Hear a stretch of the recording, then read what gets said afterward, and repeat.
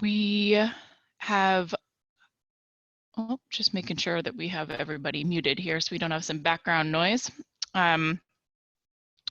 We have a mix of folks joining the call today who are on their phone and on their computer. My name's Tess Wendell and I'm from Ross Strategic, and my colleague Melissa and I are helping support the technical aspects of this meeting, particularly helping make sure that folks have a chance to participate during the public comment portion of the meeting. So if you're logged in via the phone, you can raise your hand to indicate that you want to say something during public comment by choosing *9 on your phone.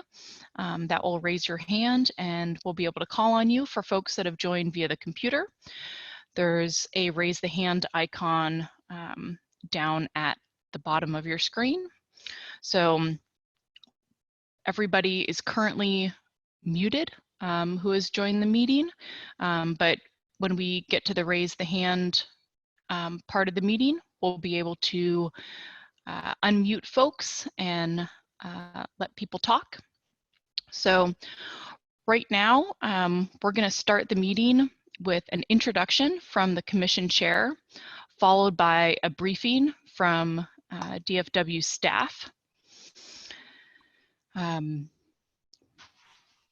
thing to note is if you are on your phone, we will be calling on people using the last 4 digits of your phone number. So it could be helpful to quickly write down the last 4 digits of the phone number you are calling from. You'll notice that there's a question and answer option down at the bottom of the screen, and we're going to be using that primarily for technical issues like not being able to connect via audio or see slides. So we will be monitoring that box, but we may not have the capacity to respond to every technical question or comment, but we will do our best. But note that the commissioners are not going to be seeing that coming through, so we are encouraging folks to use their voice for comment. You'll also notice if you're on the computer that the chat box function has been disabled for our public participants. That's not something that's broken on your computer. That's just something that we've turned off so that we can actually hear people speak in person. And I'm now going to turn it over to our chair, Larry Carpenter. Good morning, all. Welcome to my colleagues on the commission, staff, and the public. April 9th, 2020.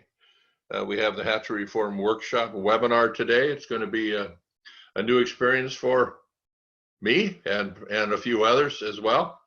It'll be my pleasure in a moment to introduce Deputy Director Amy Winthrop, who's going to facilitate this meeting. I just wanted to say that I think I'm today in probably the prettiest place in the state, in beautiful Skagit Valley, and oh, the sun's out up here. So anyway, are there any other commissioners that want to say anything or have any opening comments before we turn it over to Amy Winthrop?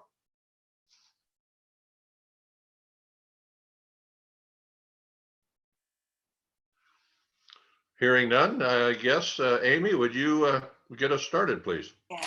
Thank you, Chair Carpenter. So first, I just want to say hello for the director as well. Today, he's in the last day of the salmon season setting negotiations, and he sends his regards to all of you. The intent of reviewing the Commission's hatchery reform policy is to make things better for the conservation and recovery of wild fish and for sustainable fisheries. Combining the science review that we talked about the last time we met with this policy review, it allows us to evaluate as best we can, with all the caveats, whether the Commission's hatchery policy has made things better. Yes, no, or unknown. At our last workshop, we explored emerging science and current science to understand whether implementation of the policy had made things better for the recovery of wild fish and sustainable fisheries. And at this workshop, we will explore how well the policy has been implemented. The Commission is engaging in adaptive management, which is an essential element in all of our work as a conservation agency. To adaptively manage, and by that I mean to change our actions in response to relevant new information, we must monitor. And as we will discuss, monitoring is the single most significant obstacle to being able to answer the central question: did this work? We begin this adaptive management journey with the first monitoring question: did we implement the policy? And then we can ask, what was the effect of implementing it? And finally, the big question: did it work at a population scale? Today's workshop will begin with that first question, and then towards the end, we will look at some case studies to answer questions of effectiveness and population scale results. We'll be monitoring questions from each of the commissioners. I'll be watching for your hands, and I will interrupt the presenters as needed. I'll also try to keep us in timely fashion moving through the presentation. We do have a lot of slides, but at any time if the commissioners would like to ask a question, just use your little raise hand and I will wait for sort of the right moment. Andrew and I are also chatting on the side, so I can send him notes of hurry up or slow down. So we're trying to do this as best we can. We will go through the first part of the presentation for an hour. We'll take some conversation after that. We'll have a break, and then we'll come back and do the last bit, and then we'll have public comment. Okay, so with that, I'd like to hand this presentation over to Andrew Murdoch and Gary Marston, who have been working on it, and with much appreciation to them for their work.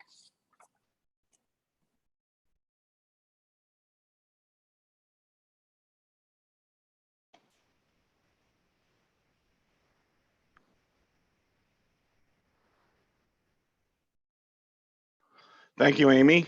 Chair Carpenter and commissioners, thank you very much. Let me do an audio visual check.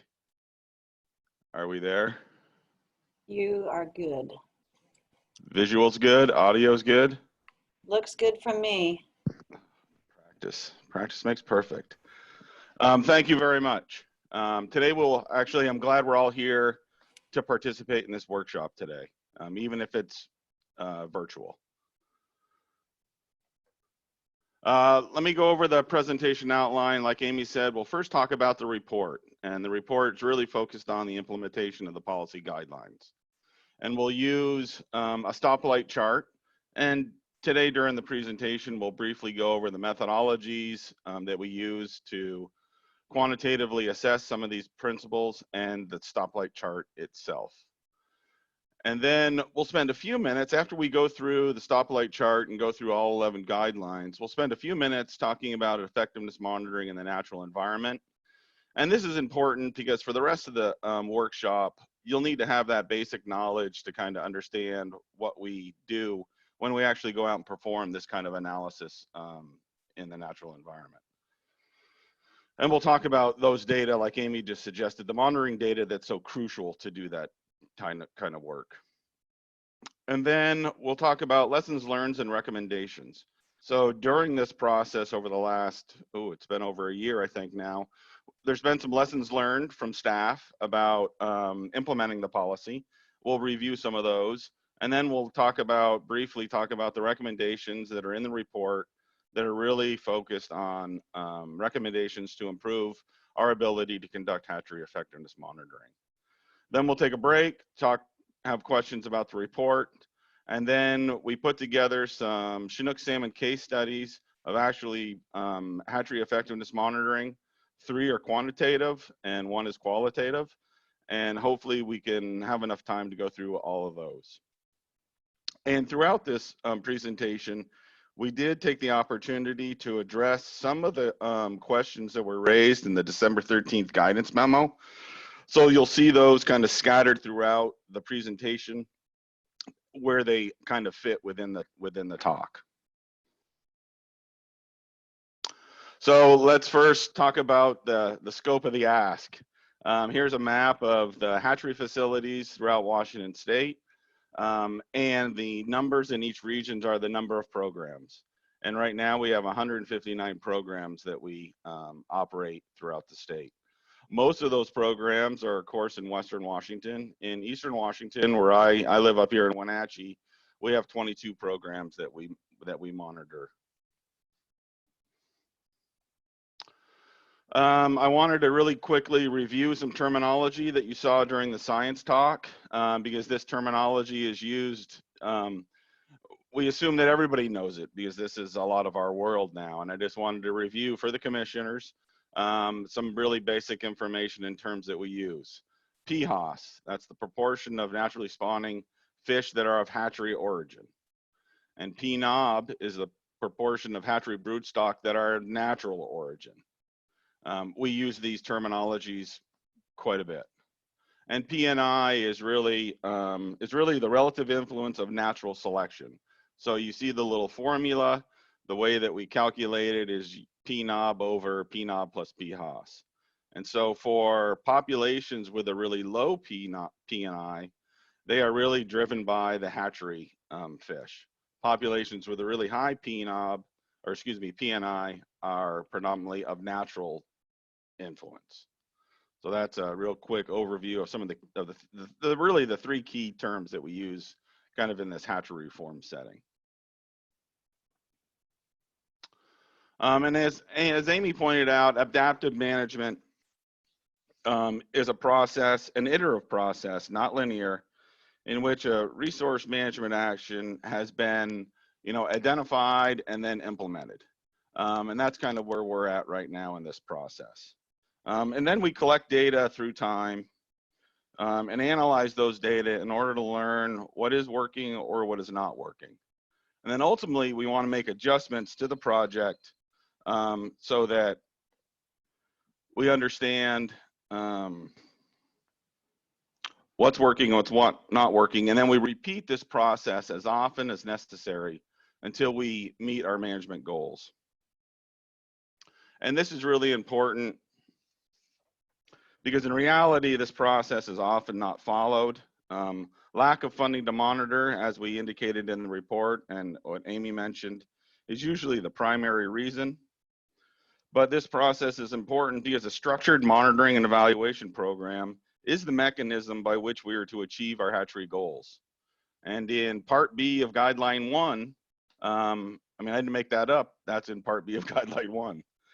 So as Amy pointed out, the lack of M&ME program across the state is really the reason why the effectiveness of our hatcheries and hatchery reform actions could not be evaluated, and why really the report is really focusing on the implementation at this point in time. It's anticipated in the future we'll be able to do some broad scale hatchery effectiveness monitoring. And the questions Amy talked about, so we're really focusing on the first two questions. What actions did we implement, and did those actions achieve expected outcomes?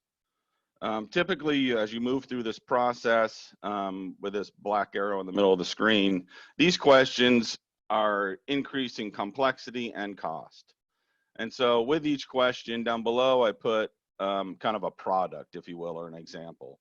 So this report really gets at how we implemented the action, and to the extent possible, and I'll admit we did not do this for every single guideline, compare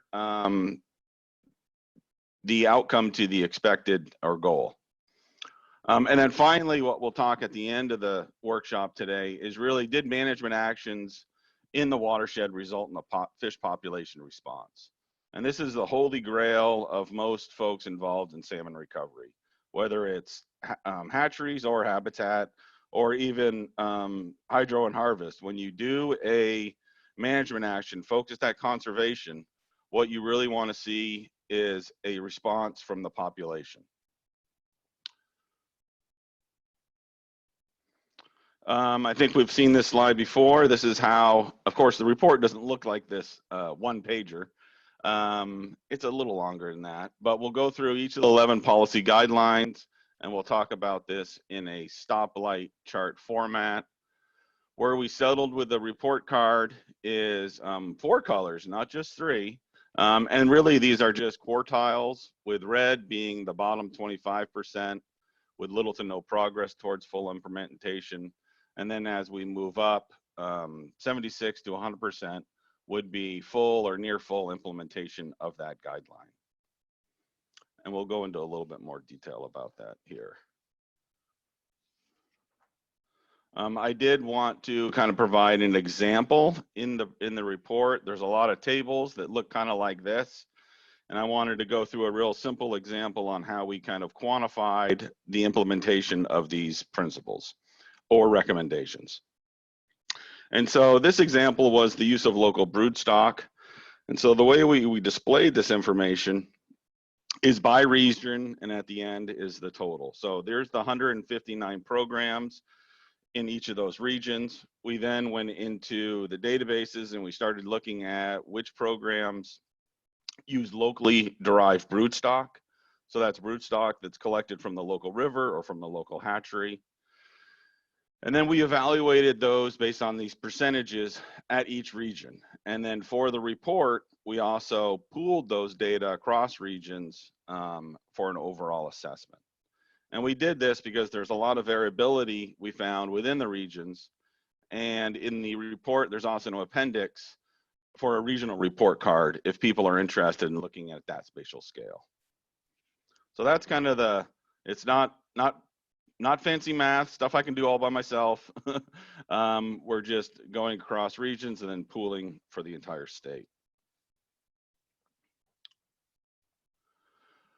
So for the purpose of this presentation, we tried to group the guidelines into 4 different categories. One, really the hatchery reform guidelines, specifically some of those that were suspended. Then we'll talk about guidelines that are kind of more directed at the risks and benefits of hatcheries. And then finally, fishery reform benefits, and then reporting and funding.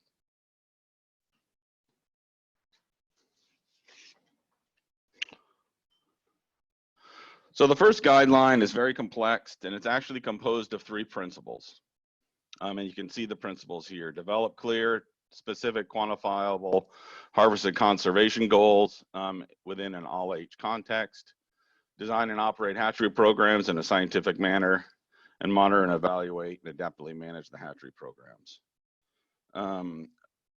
Associated with each of these principles are specific recommendations. And for each principle, we'll briefly discuss each recommendation. And then the implementation of those recommendations was used to assess the overall principle. And then all 3 of these principles were then used to assess this overall guideline, kind of in a hierarchical manner.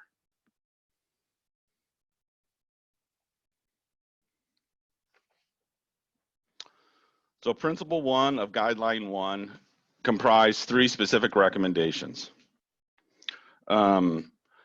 Express conservation goals to the population's biological significance, viability, recovery phase with triggers. And for most of our conservation programs, we did have goals, both abundance and productivity goals. There was some non-listed programs that did not have productivity goals, and there was a considerable number of programs that did not have triggers associated with the recovery phases. And we talk about that in the report. The second recommendation was express harvest goals in terms of specific fisheries. And as of right now, our hatchery programs are not managed at a hatchery program level. So there's no quantifiable goals for hatchery programs. So that was an easy one to assess. Unfortunately, we'll be working on that in the future. The third recommendation was really challenging. Ensure hatchery program goals are coordinated and compatible with other populations that might be affected. So when you dig into the literature and you try to understand what this recommendation is, this is really talking about at the program and population level, how are hatchery programs coordinated and compatible with each other in the natural environment? And will a specific hatchery program have any kind of impacts, negative or positive, on other populations or other programs within that watershed? And we struggled on how to evaluate this, in part because there wasn't really a good spot to go collect some information or look at some data to understand if this has been done. And we tried unsuccessfully to develop surrogate metrics that would kind of get at this. But at the end of the day, we really just had to punt on this recommendation because we could not really truly evaluate the intent of the recommendation as written.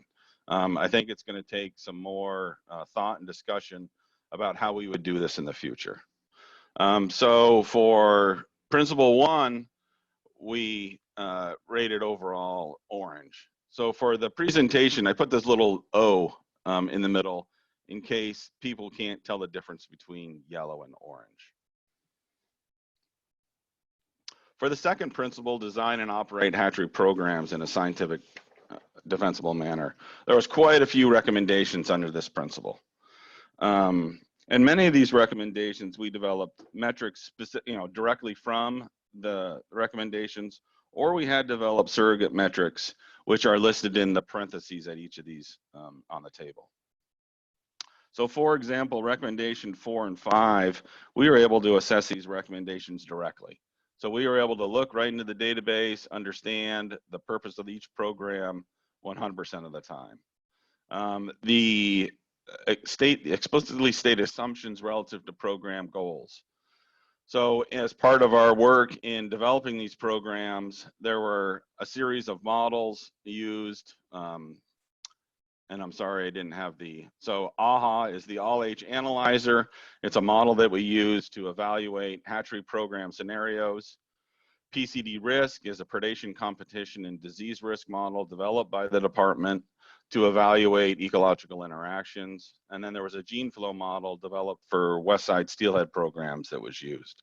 So we can go into each of those models and look at the assumptions that were stated in those models. So that was those were pretty relatively straightforward recommendations that we could address. But for example, recommendation 7, looking at the size of the program relative to the goals, we didn't really have a good way of trying to understand how to evaluate that program or evaluate that recommendation. So we use stray rates, in part because our harvest programs don't have goals. So it's hard to understand a recommendation based on goals when the program doesn't have a goal. So we use stray rates as a surrogate. That's not to say that we hit that recommendation, but using that surrogate, 66% of the programs met that recommendation. Or recommendation 13 was another one, maximizing the survival of hatchery fish. So a lot of the programs don't have program-specific survival goals. So we used SARs as a surrogate metric, SARs being survival to adult return. So this is the ratio of the number of adult fish that return from a group of juveniles that were released at some point in the past. And most of so we assumed, and so for many of the programs, we didn't have a really good complete set of SAR data. So there are some programs where we really don't even know the survival of the hatchery fish we release. But for the Chinook programs was the most complete data set. So we then relied on the Chinook programs as a surrogate for best hatchery practices for the other programs that a hatchery may release. And so when we started looking at Chinook SARs, we found that when compared to other non-DFW programs and other DFW programs across the region, that our hatcheries, one, seem to have relatively similar or better survival across the state. And more importantly, across time, the variability in that survival was relatively low. So that how these hatcheries are being operated relative to SARs, they seem to be operated consistently through time, which I think is a good indication of at least consistent hatchery practices within the state. Hey, Andrew. Yes. Let's take a moment to pause here, because that was a really nice summary of a lot of information. Let's just give the commissioners a minute to see if we have any hands pop up. So let's just pause for a moment here.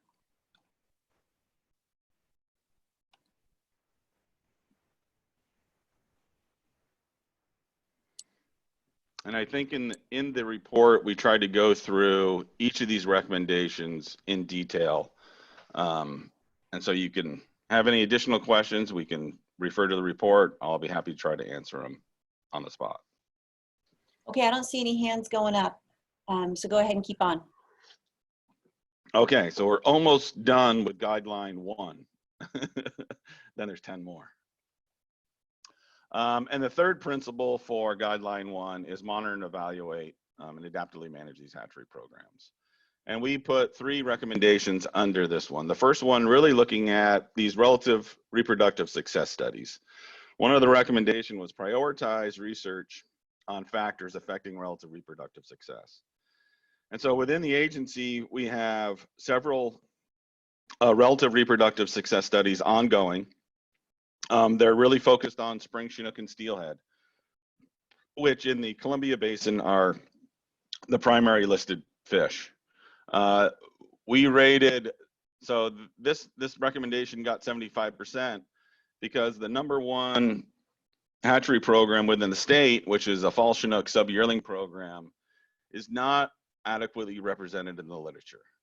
And so what you'll see is one of the recommendations is we really need to, so sub-yearling chinook also spend the least amount of time within the hatchery, but a multi-generational fall chinook relative reproductive success study would be a great addition to the literature and our understanding about the effects of those types of programs on fitness in the natural environment.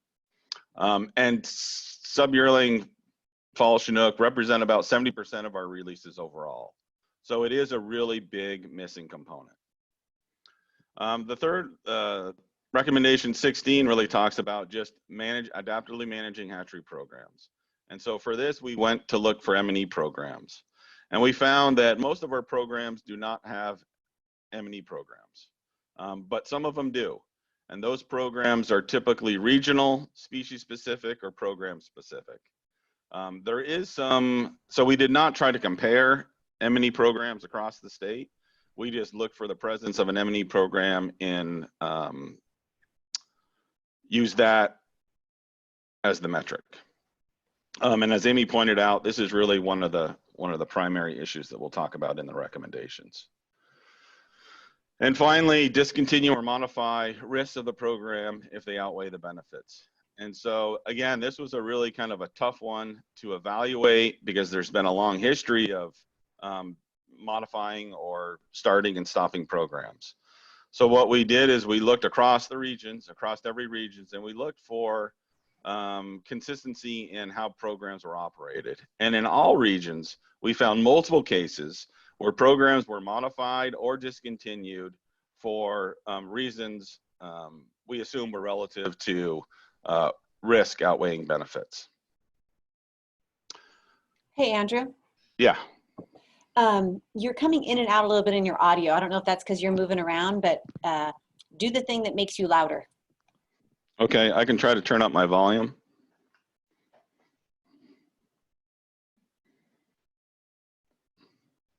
Also, this is Dave Graybill. Question on M&E programs. What is that? Oh, okay. Sorry. M&E programs is monitoring and evaluation programs. So these would be a structured program that's implemented and it can look like a lot of different things. Am I sounding better now? I turned up my volume. Yeah, you do. Okay. So an M&E program is what we use to define what kind of information we need to collect in order to evaluate the, I don't want to get too technical, in order to evaluate the monitoring objectives of the hatchery program. So, and these things are usually well-defined in protocols that can be applied across the state or across programs. And it's the mechanism in which we evaluate, and we also, it's the mechanism where you actually list your targets for different kind of activities or your goals for your programs or the survival goals for your hatchery fish. And it's there's quite a few examples. In the Upper Columbia, we have, working with the Upper Columbia PUDs, we have some pretty comprehensive M&E programs that get into in-hatchery monitoring, natural production monitoring, and then finally the analytical design on how we would analyze all these informations. So they can be very basic or they can be more comprehensive. Does that help you, Commissioner Graybell? Yes, thank you. So Commissioner Thorburn has a question, and then we'll go with Commissioner McIsaac. So I'm wondering if our HGMP require M&E programs, or is that sort of hatchery by hatchery and plan by plan? So, you know what? I will let my co-author, Gary Marston, talk to you about. He is more familiar with HGMPs than I am. Gary? Yes, so Commissioner Thorburn, the HGMPs do have a monitoring and evaluation piece in them, but it's not to the extent that we would look for like a monitoring and evaluation plan. It's relatively basic. The HGMPs really are just a permit for our hatchery programs under the Endangered Species Act. So they ask for some very basic information around monitoring and evaluation, but not to the level of detail we would really want for a M&E plan. Commissioner McIsaac? Okay, can you hear me okay? Yes. Yeah, okay. I actually have a question on the previous slide. I think it was the previous slide. Yes, on number 7. Size the program based on goals under an all-age strategy. So you mentioned that there isn't really a goal for harvest, and it made evaluating this a little bit difficult, and so the stray rates was used. This question kind of gets into a mitigation hatchery concept. So if you have a mitigation hatchery that's supposed to replace 30,000 fish due to the building of a dam or something like that, and you're wondering whether the program is sized properly considering harvest, hatcheries, hydro, and habitat, and you consider all of those things, it would seem that at the end, you add up catch and escapement, you look at the habitat situation, and you look at the hydro situation, and you either add or subtract fish and ask yourself, is the run being replaced to 30,000 as was originally intended?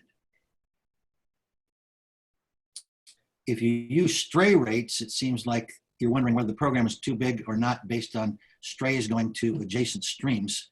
And so the question is, the stray rate really give you an answer to your question of your program, if your program achieves the mitigation goal, and what is the stray rate that comes up with a metric of 66%? Does that mean there's too many strays, or the strays are okay? What are your thresholds for getting back to an answer of, well, is the program too small, too big, or just right?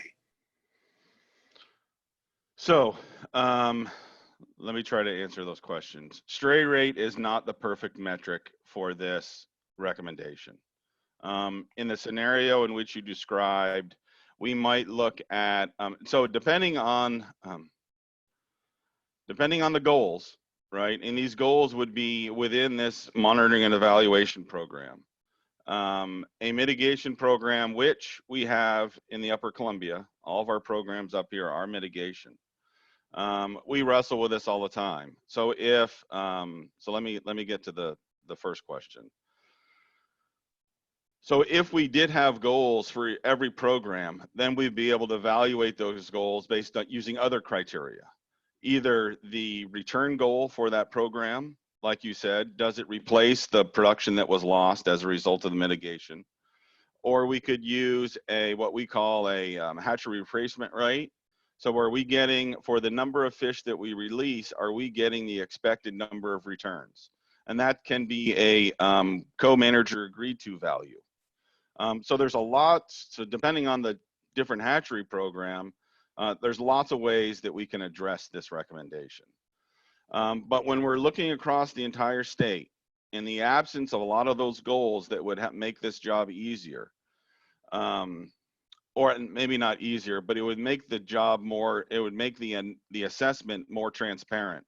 We can then relate a goal to an observed outcome. We can't do that because we lack a lot of the goals. So instead, what Yeah. we tried to do, without punting on a lot of these recommendations, what we tried to then do, our logic is that if a program as operated has a stray rate greater, an average stray rate greater than 5%, and 5% is usually the threshold for stray rates in between independent populations. And so what we did is, again, these are surrogate metrics, not perfect metrics.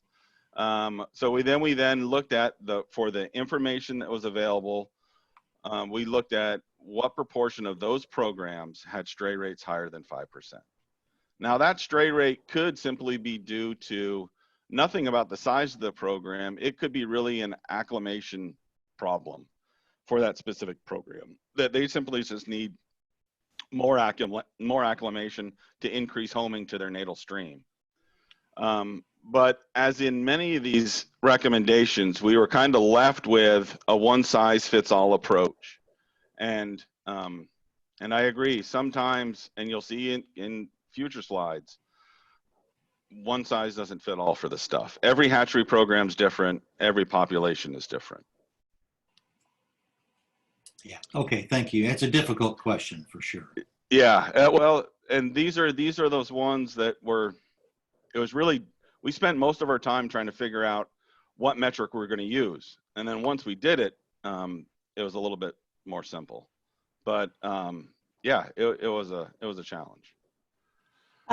Commissioner Anderson?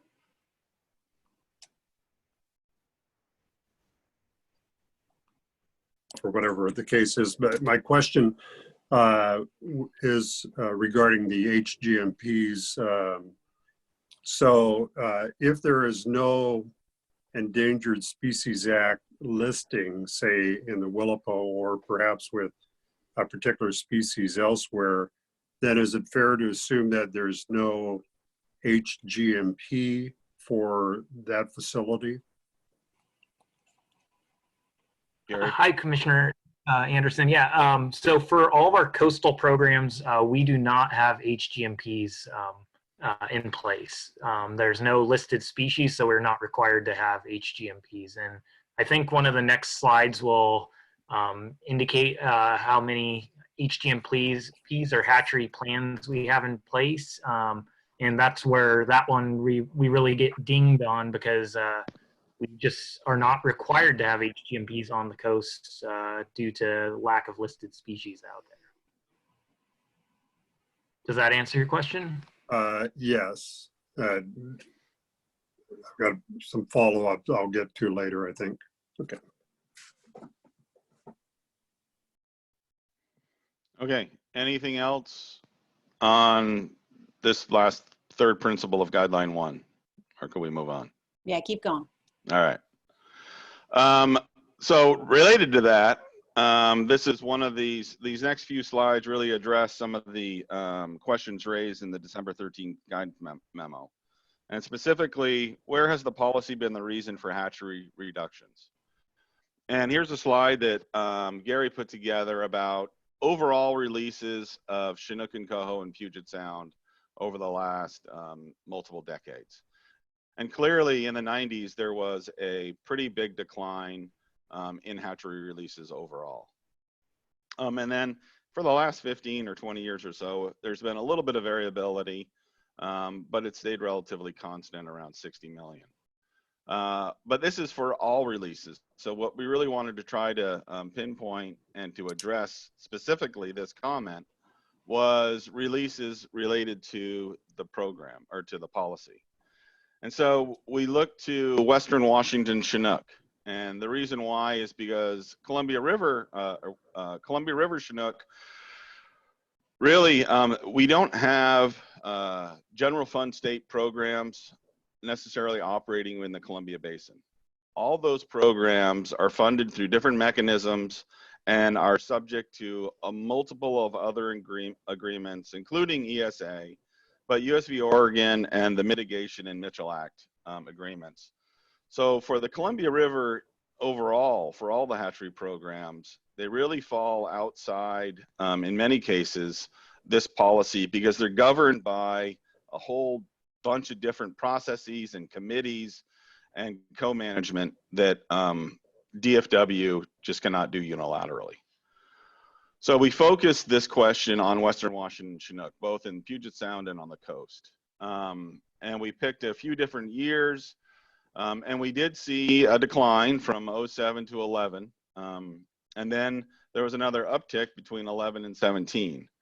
And what we saw was a 7% decline across these 10 years. So then we tried to get at the reason why the decline happened. And that was a little bit more challenging. But when we start looking for the decreases on the left and increases on the right, and we start trying to figure out the reason for the increase or decrease, what we came up with in many cases was the hatchery reform policy in decreases were responsible for 3, and then in turns they were also responsible for 2 increases somewhere else. So the net loss right now today attributed to the hatchery reform policy is about 100,000 Chinook. More obvious is the 1.6 million due to Wolf Bay policy, which I'll admit I am not completely familiar with. But other important factors was funding. So some of that big drop was due to the financial crisis. And then when the financial crisis was over, funding was restored and a lot of those programs came back. And then there was a couple of minor other issues with performance. And I don't know what the other one was. So at the end of the day, what we've seen really attributed to the policy is a very minor in Western Washington, really a minor decrease in overall production directly attributed to that policy. So guideline 2, improve broodstock management to reduce ecological and genetic impacts and hit those standards by 2015. Hey, So Andrew, you're coming in and out again. Oh, okay. I'm really just sitting. Come close. I'm sitting here.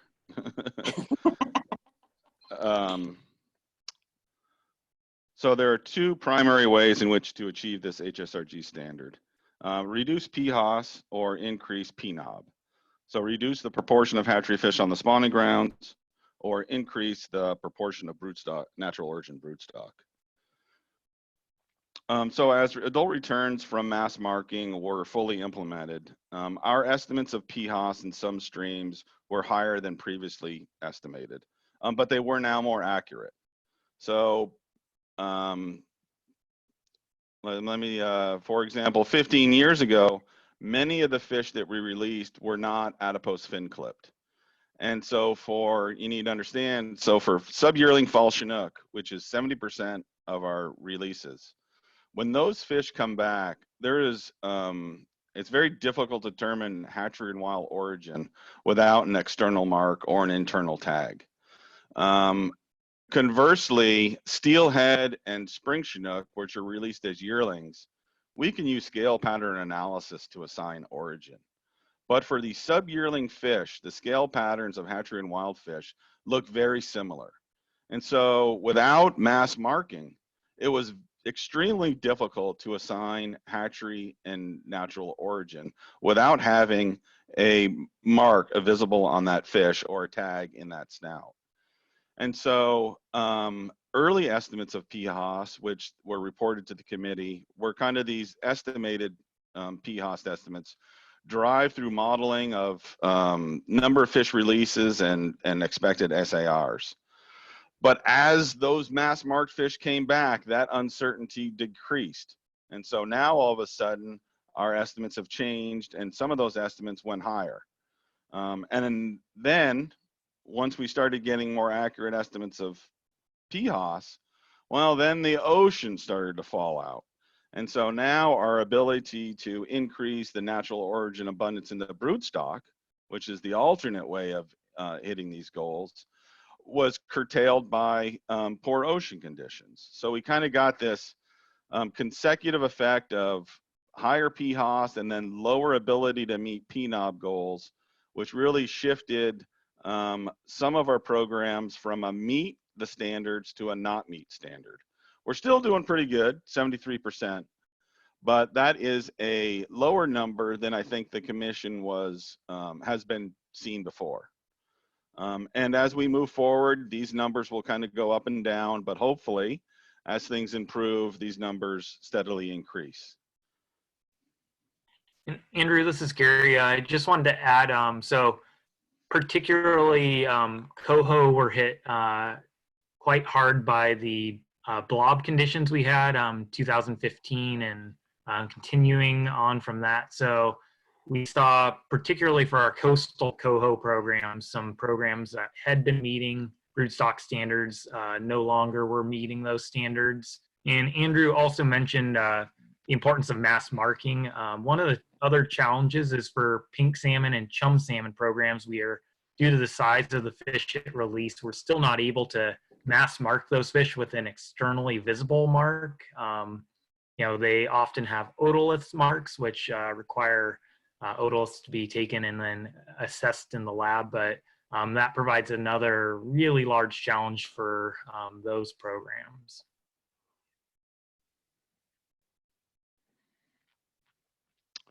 Okay, moving on. Turn it back over. Question? Hey, Andrew, just so Yeah. you know, you're halfway mark in terms of time. Okay. Well, these are some of the most important ones. The other ones will go a lot faster. So the third one, guideline 3, was the last of the suspended guidelines, and this was develop watershed action plans in an all-H approach. So this guideline actually was one of the most challenging to assess, and possibly one of the most important in terms of meeting hatchery program goals. There is no official watershed action plans agreed to by co-managers. So one could argue that this recommendation was not implemented at all. But in the absence of action plans, which are really, there's a lot of reasons why those action plans didn't come to light out of the department's control. So in the absence of those action plans, we developed surrogate metrics, and as Gary pointed out, we use the all-H analyzer models and the HGMPs as a way of, so from an all-H perspective, these are the surrogate metrics that we used to evaluate this objective. And those metrics are not an action plan or even close, but it was actions that the agency took to try to address the intent of this guideline. Every program that we operate was assessed using the all-H analyzer model. And most of the programs, as Gary pointed out, do have an HGMP associated because they deal with listed fish. While these processes don't equate to an action plan, they do represent how we kind of justified the program. Fully agree. Andrew, for those coastal ones that don't have HGMPs, in some cases we do have monitoring plans that, you know, kind of do act as the surrogate. So, you know, in those cases, we do have those ones getting a pass here. And okay. Yeah. Thank you. Gary. That's mentioned. So, I mean, fully agreed to and funded watershed action plans would be a great goal, but I think it really represents a paradigm shift in how we currently manage hatcheries, harvest, and habitat. Everybody is going to have to come together in order to make that happen. So those were the most difficult ones, the most ones that we had problems with. The rest of these guidelines were much more direct, and I think we can go through these relatively quickly. And they really involve hatchery benefits and risk. The first one really related to the compliance of our hatchery facilities, and we found we've been making great progress, been getting a lot of things funded through general fund and other mechanisms. We have a few hatcheries with some outstanding water quantity issues that we're dealing with, but overall we're in good shape. Externally mark all hatchery coho and steelhead. We're doing really good except for one program. Pre-Star Rapids Hatchery Fall Chinook, we have over 3 million fish that are not routinely marked every year. The size of this program is so large that it really draws down the whole average. But everybody else, we're right on.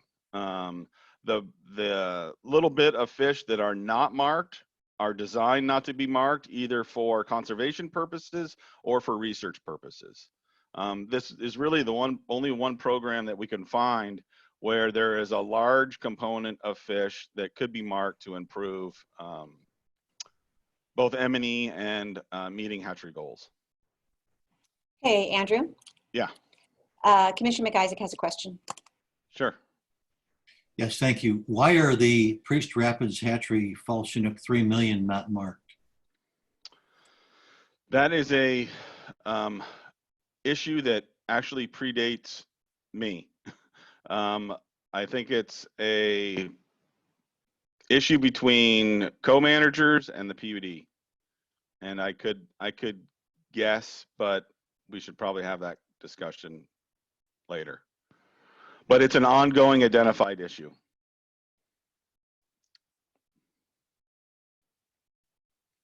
Wild salmonid management zones. So throughout the state, we assessed that we had a total of 54 MPGs.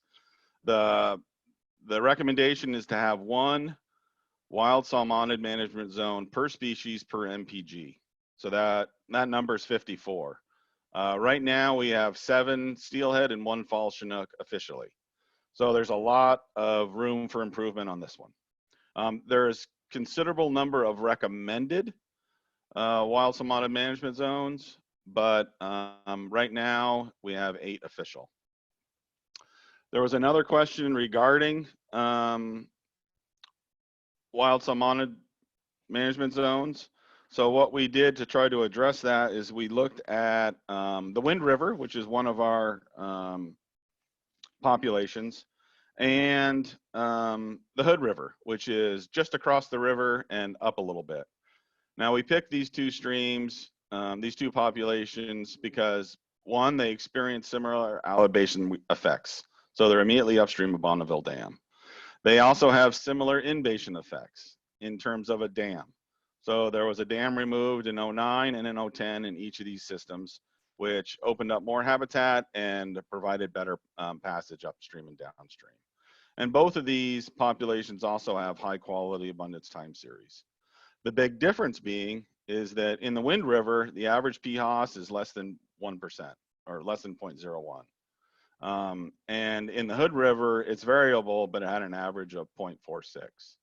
So when we just, this is a qualitative look. So when we just throw these numbers up on the graph, we see a pretty big difference in the trends of these populations. Since 1990, the Wind River has been slowly increasing and the Hood River has been slowly decreasing. Correlation is not causation. I am not saying that hatchery fish caused the decline in summer Chinook. I think there's a lot of other papers that kind of point to that.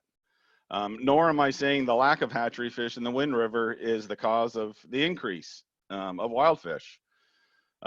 This is just a qualitative comparison to kind of give you a feel for what's going on out there. The risk from hatchery fish in the Wind River is near 0. I think there's just a few strays that go in there.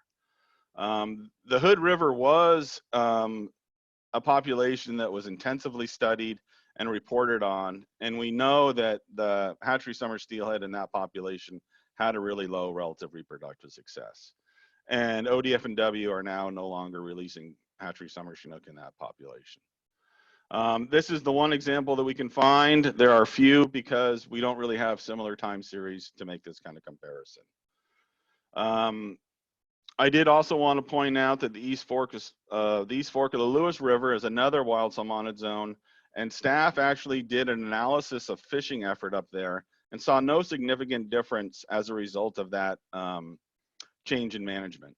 What we're seeing is just a different fishery. The catch and release wild fishery is still popular as it was when there was hatchery fish up there. Moving quickly, fishery reform guidelines. We were supposed to use alternative gear, both develop, promote, and implement. Overall, this recommendation got a yellow. The gear were developed and assessed by department staff, but indirect mortality was still relatively high. The gear was promoted both in the lower Columbia and the coast, and you can see some harvest graph down below. Primarily, the lower Columbia spring Chinook has been the most reliable alternative gear season that we've had. We also had some fall Chinook as of lately and some coho. Implementation was really limited in part because the collapse of the ocean conditions caused a lower abundance of hatchery fish relative to wild fish, and the overall cost for implementing this gear was too great given the expected revenue. The other guideline was, hey, Andrew. sorry. Yeah, we got a question from Commissioner Baker. Yeah. Sorry, you're on mute. I'd unmute. On the alternative gear slide, was that segmented in any way due to the gear? So are we talking tangle nets or those pound nets, or do we know? So we don't have any pound net data in here. This is all tangle nets, I think. And there was some seining. I think there was a small bit of seining. I think we've broken that out in the report. Okay, thank you. The pound net stuff is not in here. That's still, I think that's still kind of under development officially. Mark selective fisheries. The guideline was define full implementation and develop a plan to fully implement mark selective fisheries across the state. Technically, we did not officially define the plan or have defined what full implementation was or develop a plan. But what we did do is we really drastically increased the number of mark selective fisheries. And those numbers peaked in 2016. And then once the ocean fell apart, we started seeing a steady decline. We have both an increase in commercial and sport being the dominant. And this was, although technically we didn't define it, I think the intent of this guideline was fully realized. For example, we had a fishery in 2016. We had the first summer Chinook fishery in the Wenatchee River in almost 30 years, and it was because of these efforts. Another question posed in the guidance memo was, how did this policy affect fisheries? And so what I've been told is that fisheries really have not been directly affected by this policy positively or negatively. For the most of the big mixed stock fisheries, they aren't impacted by a change in a single program release goals. So we use all the hatcheries within a given area to support a fishery, and it's usually managed on an exploitation rate approach. And secondly, overall changes in abundance associated with the ocean conditions and specific fisheries could be impacted by ESA impacts, are usually the driver between fishery and openers and closures. So we couldn't really point to any specific issue from a fishery standpoint associated with this policy. Hey, Andrew. Yeah. We have Commissioner Anderson has a question. Sure. Obvious to everyone else, but with regard to the mark selective fishery pie graph and the captions of 33 comma and 15 comma, what am I missing? What's that stand for? Oh, these are the 33 is the number of mark selective fisheries that were sport, and 15 is the number of commercial mark selective fisheries. Okay, so it's just simply a number. And yeah. Okay. Oh, yeah. I'm sorry. Yeah. N equals 33, which represents 69% of the mark selective fisheries. Commissioner Okay. McIsaac has a question. Yes, thank you. On the slide that you had just finished, fisheries have not been directly affected by this policy, and you mentioned mixed stock fisheries. So we hear from the folks down in Willapa that the change of big reduction at Forks Creek Hatchery is making a big difference in fisheries. Now, I don't know if that's called a mixed stock fishery or not, Generally, mixed stock fisheries are not impacted by a change in a single program release goals. When you have many changes, such as we've seen for coho on the Columbia River, there are mixed stock fisheries out in the ocean that are, some people argue, are seeing quite a change because of that. So you want to respond to any of that? Seems like that's what we're hearing anyway. Yeah, you know, I am probably not, I can guarantee you, I am not the best person to address fisheries. I'm a hatchery guy. And I don't know if I can punt to somebody on the phone, or maybe we can follow up with you later. Later's just fine, yeah. Phone a friend is not an option, I guess. We got time constraints, but I hear you. All right, so hatchery reform guidelines. These are reporting and funding. Guideline number 6 was a no-brainer. The 2020 benchmarks called out are really redundant in the other guidelines. So instead of kind of like giving us credit twice, we just decided not to even assess it, because they're really, the guidelines in the 21st century salmon steelhead were the same things that we were already evaluating in these other guidelines. So they were just simply redundant. Guideline 7 was really a reporting to you guys, to the Fish and Wildlife Commission. And as we went back through time, we found the last comprehensive report was really done in 2012. And since then, there's been kind of a maybe a more emphasis on broodstock management throughout the years. Some years there wasn't any kind of update, but in most years there was. And guideline 9 was really about seeking funding to implement reform. And so since our data went back to 07, we've been able to get 64 million in funding, which if we break, which is a lot of money for sure. Or you can say 5.3 million annually, or you can look at 1.4 million per 1.5 million per facility, or 124,000 per facility per year. So it's a lot of money, but we also have a lot of hatchery facilities and a lot of programs to deal with. From a fishery reform aspect, we did almost as good. We got 33 million, 13 million of which came from the Columbia River salmon endorsement standpoint. So while we weren't able to get all, we got a yellow. Made really good progress. And so that concludes the report card for the 11 guidelines. All And I'll right, pause for any questions, and then I got a few more things, and then we can open it up. Okay, you're doing great, Andrew. Okay. Let's take a breath and let's see if anybody's hand comes up. I got an answer back. I did phone a friend for answering the question about Priest Rapids, and then I got a text back. It's fairly brief, but we can follow up more as well, Commissioner McIsaac. But essentially, marking at Priest Rapids is an ongoing issue that the USV Oregon parties are working through at a policy level. Okay, so this is sort of a transition point in our presentation where we've gone through the red light, green light section of it. And now we're going to talk a little bit about the effectiveness monitoring piece. And so I don't see any hands coming up.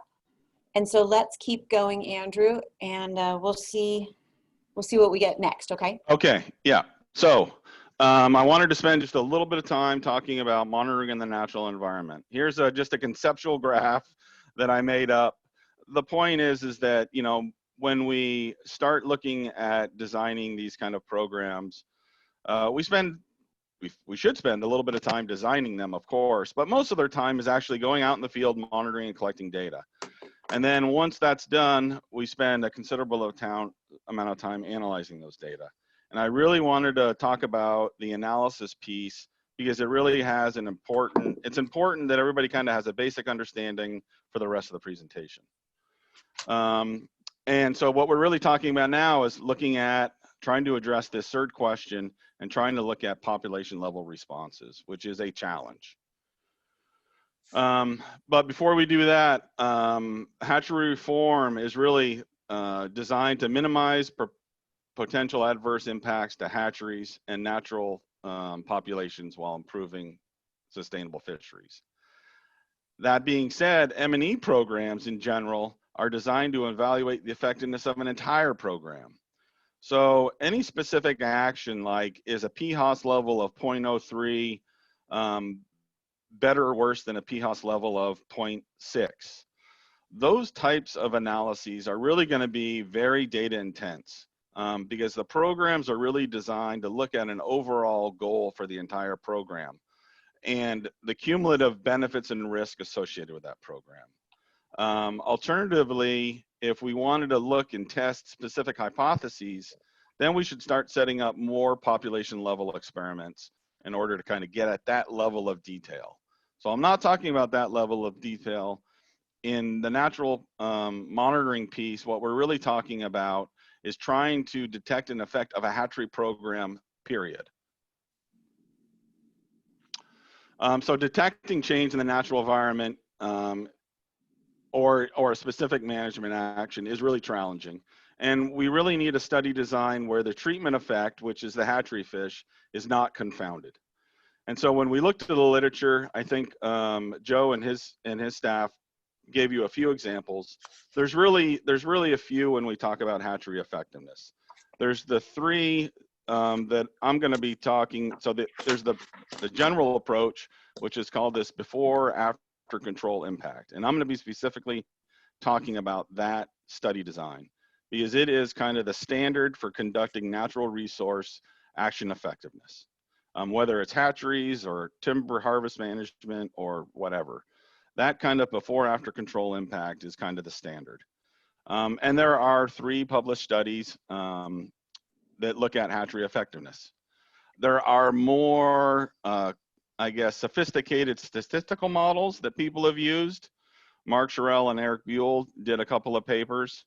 And I'm not even going to try to attempt to explain those. We're going to focus on this before after control impact, which is the approach we used in the Columbia Basin. And so just to kind of get everybody orientated, I'm just going to walk you through the kind of data associated with this stuff, and it's pretty straightforward. What we want to do is identify a control and treatment population. So this treatment population would be a population in which we're going to start a hatchery program, for example. And here's 2 time series, data series that look at natural fish abundance. And what we see is that through time, these 2 populations are really highly correlated. And that's a key to this study design. We use the control population to control for the natural variability in productivity, so that the only difference between these 2 populations in the future will be the treatment effect or the hatchery program. So it's really important that you get 2 populations that track each other really well. And so the average difference between this, and this is called the before period. So the average difference between in these 2 populations is 222, for example. Then we implement some kind of action. And we know from our past experience, sometimes it takes a few years to implement an action. But for the sake of this study, we're going to say, yep, we implemented the action in 1 year. And then from that point time forward is the after period. All right. So again, we use the same methodologies, we collect the same data, and we look at natural fish abundance. And what we observed in these 2 hypothetical populations is that the control population, for some natural reason, decreased in time, or decreased a little bit, and the treatment population with the hatchery program increased a little bit. So now the difference between these 2 populations is 370 fish. So we had a positive difference of 148 fish. And that is essentially a real basic before after control impact. Now there's some statistics we do to look at statistical significance, but really what you're doing is comparing the differences before to the differences after. And I really like to put, and these differences are significant, statistically significant, but I like to put some trend lines so it's easier for people to see how these 2 populations really track each other before a management action and then after a management action. So it's important just to understand that's the approach that we typically use to do this type of work, depending on whatever, regardless of what management action it is. And that natural fish, or actually usually spawner abundance, both hatchery and wild spawner abundance, are really the key metrics for this kind of approach. There's other metrics that you can use with this approach. For example, we use productivity, and we can look at changes in recruits per spawner. But it's all derived essentially from the same time series of data, which is spawner abundance. And here's an example. I did an analysis in 2010 for conservation programs up in the Met Howe, funded by Douglas County PUD. And so I had several control streams. This one is Valley Creek up in the Upper Snake River. And you can see in the before period that these two populations, one in the Upper Columbia, one in the Upper Snake, track each other very well. So their out-of-basin effects are very similar. They kind of go through the same number of dams. And then in the after period, so this program started in 1992. The first adult returns were in 1994. And what we saw, at least in this one example, is that we saw actually a similar trend in the after period. So we really couldn't, so there was no significant difference, positive or negatively, between these two. So this is just a theoretical example and a real world example. So put a pin on that and let's talk about lessons learned.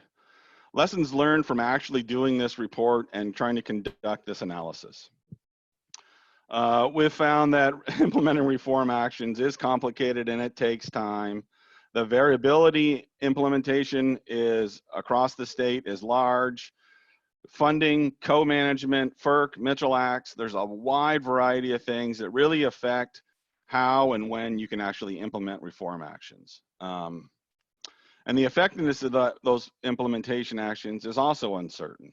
So I got information from a colleague, Thomas Bjorns, who was running the WEIR program down in Western Washington. And so, and they were supposed to control PHOS. Throughout his analysis showed that only 5% of the time were they able to hit goals. So they implemented this action across many multiple streams, but only 5% of the time did they actually hit their goal. So it's not just implementing the project, it's actually understanding the effectiveness of that implementation. And that applies to habitat restoration as well. Just because you do a project doesn't mean it worked. And it goes back to that second question in that graph that Amy and I showed you. Secondly, we really need to have a proper study design. If we have a good study design, then the data's there. With this Bakke approach, like I said, in the Upper Columbia, we use these Upper Snake programs. There's a lot of nice wild populations in the Upper Snake that we can draw from. Those may not be appropriate for the rest of the state. Coastal populations may need to use coastal Oregon, for example. Puget Sound, maybe look to Western BC for populations. And we have to look outside the state because like we saw earlier, we don't have a lot of populations that don't have hatchery fish in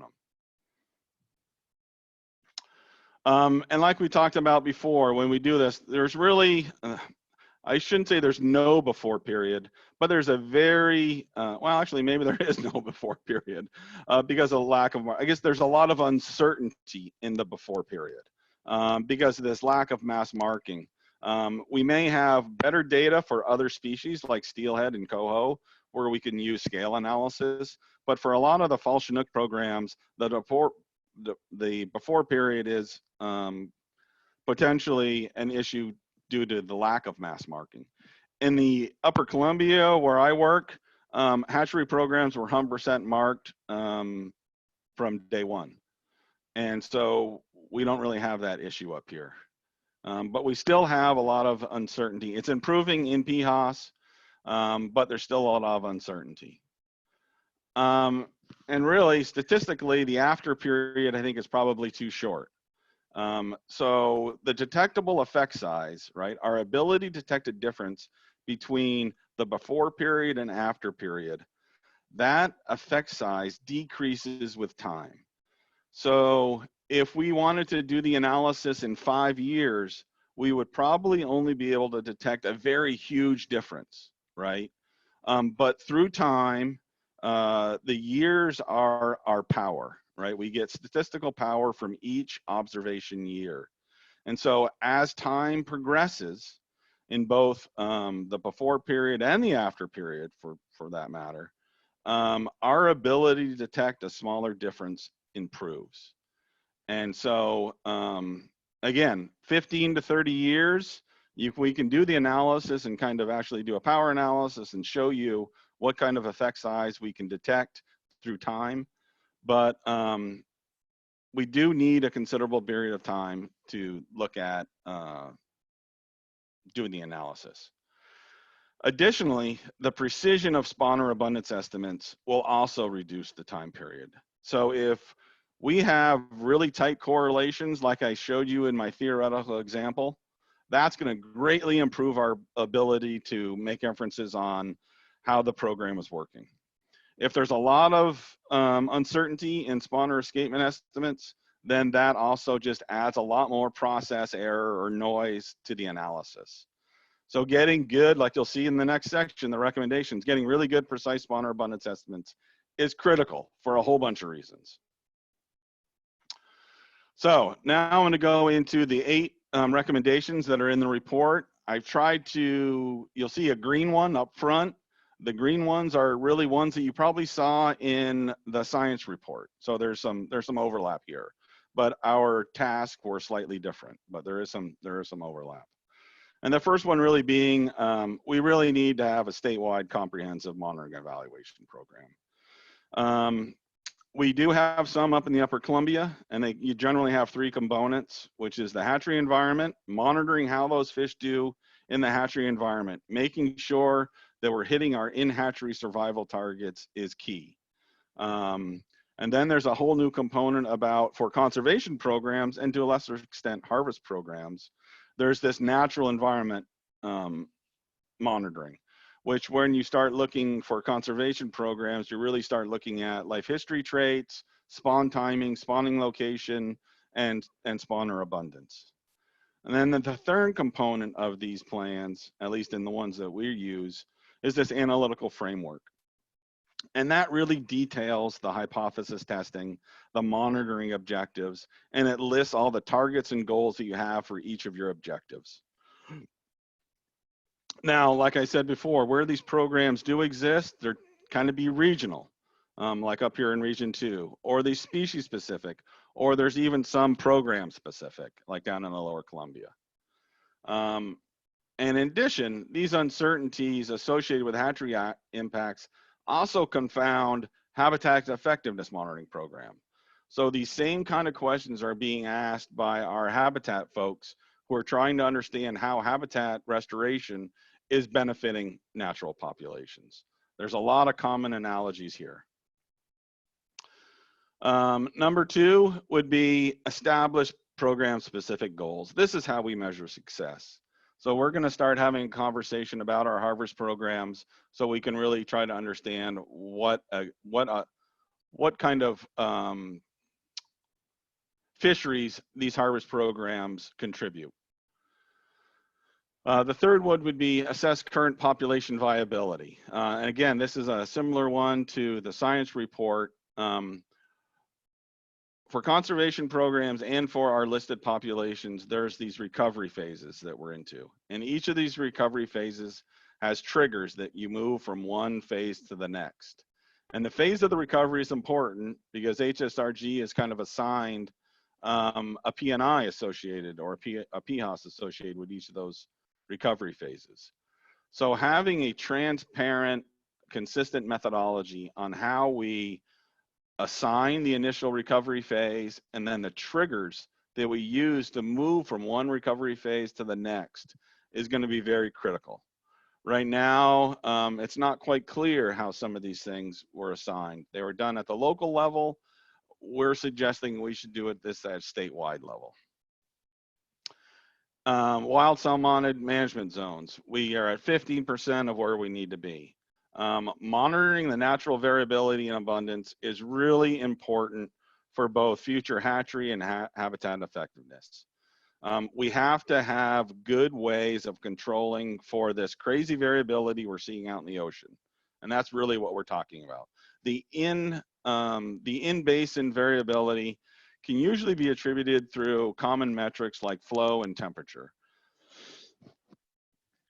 Excuse me. But the ocean conditions really drive a lot of the overall abundance trends, and having wild salmon management zones as a way to manage local natural variability and abundance is going to be critical in the future.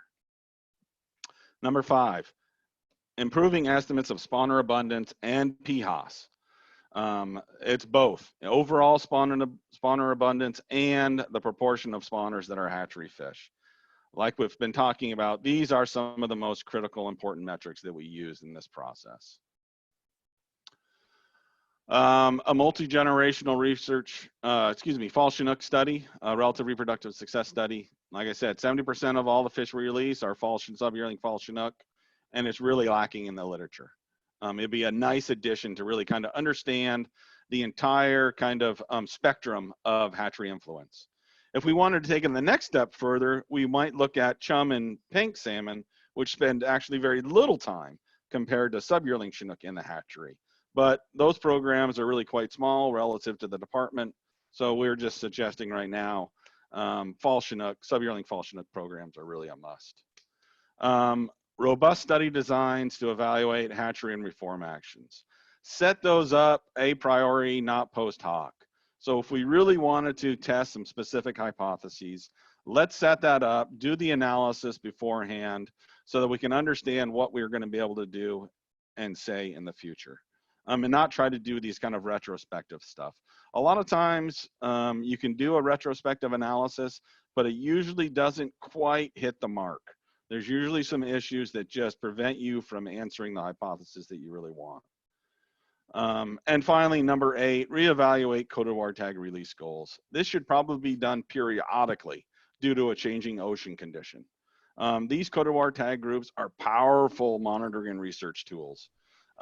We did the analysis very early, well, actually not very early, about 10 or 15 years ago for a lot of the Columbia River programs that I work with directly. And the variability in SAR was so great that we just now, because we're in the upper Columbia, all of our fish are 100% marked and tagged because chasing that value was just too hard and too difficult. There's so much variability in SARs that we decided with the PUDs that 100% tagging was the most appropriate. Those are quite small programs. We have some really large programs. Certainly 100% marking is tagging is not required, but at least do the due diligence and reevaluate those Cote d'Ivoire tag groups so you know that you're getting a good statistical inference. Hey, Andrew. Commissioner Anderson has a question. Sure. Perfect timing. You're on mute, sir. For wild salmonid management zones, and you said something to the effect that we're only 15% of where we want to be. Can you expand on that? 15% in terms of the guideline. The guideline is 1 wild salmonid management zone per species per MPG. And so we added up all of our MPGs for all of our species, and there's a total of 54. And so right now, officially, we have 8 wild salmonid management zones, and that's about 15% of 54. So it's going off the metric, not necessarily the value. That's using the guideline as the standard. The other question I have, what you just went through is the number 8, reevaluate the Cote d'Ivoire tag release goals. Is that process through the Pacific Salmon Commission, through the Pacific Salmon Treaty? Is that how that's done? I think it can be done through that. The Chinook Technical Committee probably can do that, but they only look at, if I'm correct, they only look at certain stocks. right? They have indicator stocks and stocks they use for their management. Right. We certainly have hatchery programs that are not part of that analysis. So this is something that can be done in-house, and just looking at existing data and kind of seeing where we're at, seeing if we're fall short, are we meeting the mark? It really is also, one point I didn't make clear is, it really also is important on what kind of questions you want to ask. So if your population is just a, I don't want to, let's see. So if your population is not a primary population and you're not asking really specific hard questions, then maybe you can work with a lower group. But if it's a really important population and you want to know very precisely what the PHOS is, then maybe you should re-examine Cote d'Ivoire tag rates and make sure that you're getting good recoveries. Or if a population has survival issues. Sometimes the survival rate can just be a function of a poor or a low Cote d'Ivoire tag release group. It's just process error associated with recovering and reporting those tags. So there's a lot of flexibility in that, and there's several things that can influence the analysis, but re-examining those rates periodically given ocean conditions would probably be a wise choice, because you could see some effects just simply because of lack of Cote d'Ivoire tag returns. And then so there's a greater uncertainty associated with that. Andrew, this is Gary. I just wanted to add, so the department has started a process of forming a committee to go over Cote d'Ivoire tag group sizes and study designs for different Cote d'Ivoire tag groups. I think another key component of this is just, this goes back to the metric where we looked at the SARs, is just ensuring that we actually have Cote d'Ivoire tag groups on all of our hatchery production programs. There have been some notable programs that have lacked Cote d'Ivoire tag data over the years due to funding constraints. And so, you know, when you don't have that survival data, it really cripples your ability to assess the programs, as we were asked to do for this sort of analysis. So A is just ensuring you have tag groups for all the programs, and I think B is ensuring, you know, they're at the correct sizes once you have them established. Okay. So at this point, we're going to open it up to questions. We have a few folks with their hands up in the queue. Our eye is towards providing staff with guidance tomorrow. So just to sort of put in mind that some specifics now, and also thinking about what we need tomorrow to have a robust conversation. So we'll go to Commissioner McIsaac and then Commissioner Graybill. Yes, thanks, Amy. In the previous several slides, I got the feeling that we've got a lot of way to go to make, there's a lot of opportunity to make things better in terms of monitoring and evaluation and designing research studies. And that's also consistent with what we heard in the science report back in February about the need for more robust evaluations. Earlier in the presentation, under the slide of the HSRG recommendation on monitoring and evaluation, it got a 73% grade, which was the second highest, or yellow color, which was the second highest grade you could get. But it seems like that was kind of outweighed by 100% subgrade on whether or not any program had had a change or not. So what's the right thing for the commissioners to take away on this? Do you think a lot of room to move to make things better on monitoring and research? Or are we 73% of the way there and there's not that, I mean, we can do a little bit more, but it's not a huge gap. So I think in terms of the recommendation about monitoring and evaluate, the specific recommendation about monitoring and evaluation programs, I think we are at 44%. That the overall principle may have been at a higher rate, but the specific recommendation, which I can't remember, I can scroll back.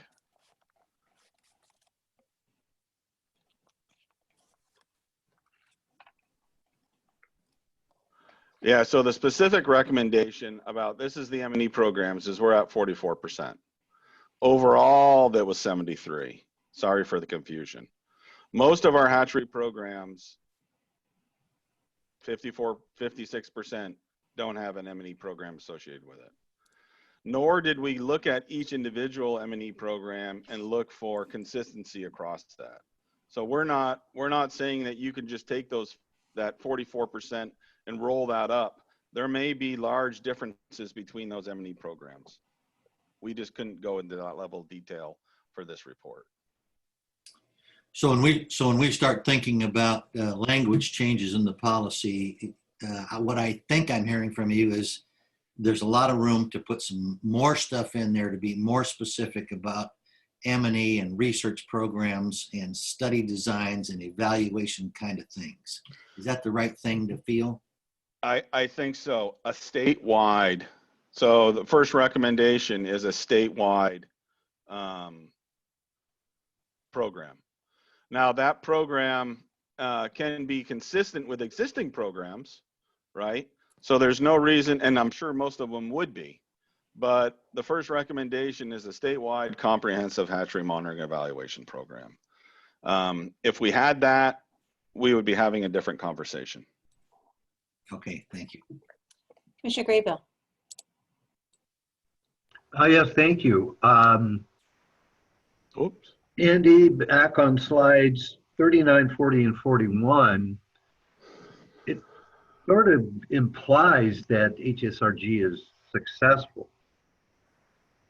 And in slide 42, it kind of implies that the weirs are ineffective.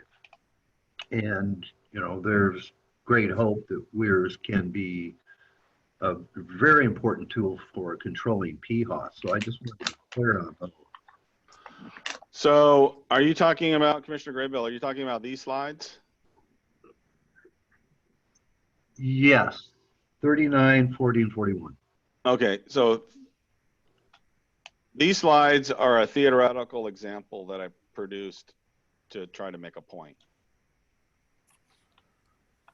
This slide is from an analysis that I did in 2010. And actually, all the PUD programs are undergoing a similar analysis in 2020. So there'll be some information coming out in the next year. So this is theoretical, made up. This is real. But it's dated. It's from 2010. Right. But it does imply that HSRG guidelines have proven to be effective in this real example. Is that right? Not exactly. The way I would interpret this slide is in the after period, right? So yeah. in the right-hand side of this graph, what we found is no significant difference from the left-hand side of the graph. So at least in this case, at this point in time, the hatchery program has not had the intended effect that we were looking to see. What we would want to see in the Methow is a much higher abundance level than Valley Creek. Because Valley Creek is an unsupplemented control stream, and Methow is the treatment stream that got hatchery supplementation. All right, that helps a lot, Andy. Thank you. Okay, I'm sorry I went too fast. No, not at all. It's my brain's the slow part. And what was the second part of the question? On slide 42, it mentions that. Can we draw a conclusion that the weir was not effective or was only used 5% of the time? Yeah, no, I think what Thomas would say is that installing a weir, it takes time to figure out how to run a weir. And then I think what they also found is that placement of the weir is very critical. So I think what they were seeing, so they only met their population level goal 5% of the time, because in some systems, they can only install a weir in a certain location, and then you still had a bunch of hatchery fish spawning downstream of the weir. Oh. So you can't remove them if they don't come to the weir. So it was more an example of just the, putting the weir in there and then saying it's good is one thing. Having the data to support that the implementation of a weir met the goal is another. And it's a tricky, it's really difficult. There's not a really perfect weir out there. And you also have to have a perfect weir design and a perfect location. So it's just one of those things that I think we need to take into consideration when we're implementing REFOR actions. Is there a realistic expectation what we can do? That we can only do so much. And I think this is just a really kind of extreme example of that. All right, thank you. Commissioner Thorburn. Thanks. I'm kind of following up on the thinking I think Commissioner McIsaac was presenting, and the questioning of Commissioner Graybill, and that's getting to effective and comprehensive M&E. Is part of the problem that we haven't established really clear objectives, and then metrics that are attainable. I mean, there's a certain amount of routine monitoring that goes on with programs. Can we build that in as the metrics without having to set up elaborate research studies that are the only thing that can provide the monitoring answers? If we're looking, it seems to me, this huge hatchery statewide, we've got lots of hatcheries. We're looking at a statewide M&E program. If we have to do research studies to do all the monitoring, it's going to become impossible and, something we can't fund.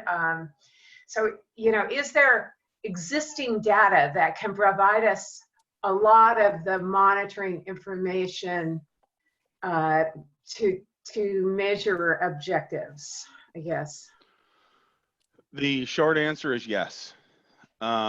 Research experiments are really intended to answer a specific hypothesis that would help inform our understanding of, for example, relative reproductive success. The monitoring programs that I'm talking about really involve the normal work that the agency does on an annual basis. What it really involves is having the ability to structure those data in a way that we can then analyze them across space and time in a consistent manner. We spend some time developing a plan. So we've been thinking about this a lot. The programs that we have in the Upper Columbia cannot be implemented throughout the state of Washington because they're very expensive. So we then have to we could use that as a kind of a guiding starting place, but then you would have to develop kind of a statistical design that allows you to make inferences based on maybe one population to a group of populations. So you don't have to do, so there's some things that we normally do everywhere all the time. We want to be able to leverage that information, but at the same time, in some important populations, take it up a notch so that we can then transfer that information that we learned from that one population to, let's say, neighboring populations, so that we don't have to expend, tens of millions of dollars. But let's also be clear, we do need to up our game. We need to improve spawner escapement methodologies. We need to have a comprehensive program that we can look across the state and make, comparisons. There's a lot of work that we can do. There's a lot of information that we can use. But there's still some information that, we're going to have to collect.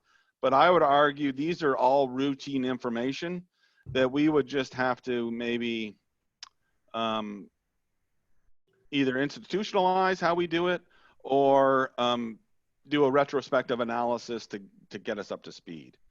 I am not saying that we have to do big I mean, that's just not practical, right? Big experiments everywhere. This is a monitoring evaluation program that I think the fundamental, excuse me, the fundamental basis already exists. But we are, through time, let's be clear, through time, we have lost a lot of our capacity to collect some of those data. And that's just the reality of the way things have progressed. But we have Thanks, some good Andrew. examples.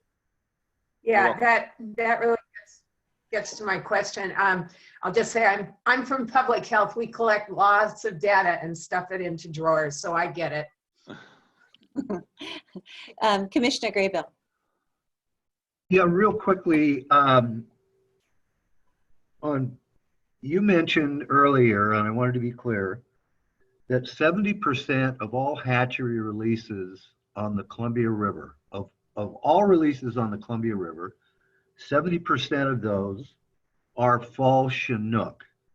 And am I correct in my thinking that those, the vast majority of those at least, come from Priest Rapids Dam in the Snake River? So close, 70% of all fish released from DFW hatcheries. Okay, all right, thank you. That's good. That's important. Thank you. Okay. I don't see additional questions. Do people have some additional questions? Commissioner Anderson? Yes, and I'm not sure this particularly well organized thought, but the with regard to the monitoring and evaluation, and I realize we're talking the hatchery element right here, and we've been talking about the all H's. It just seems to me, and I think it's apparent, that the habitat piece is such an integral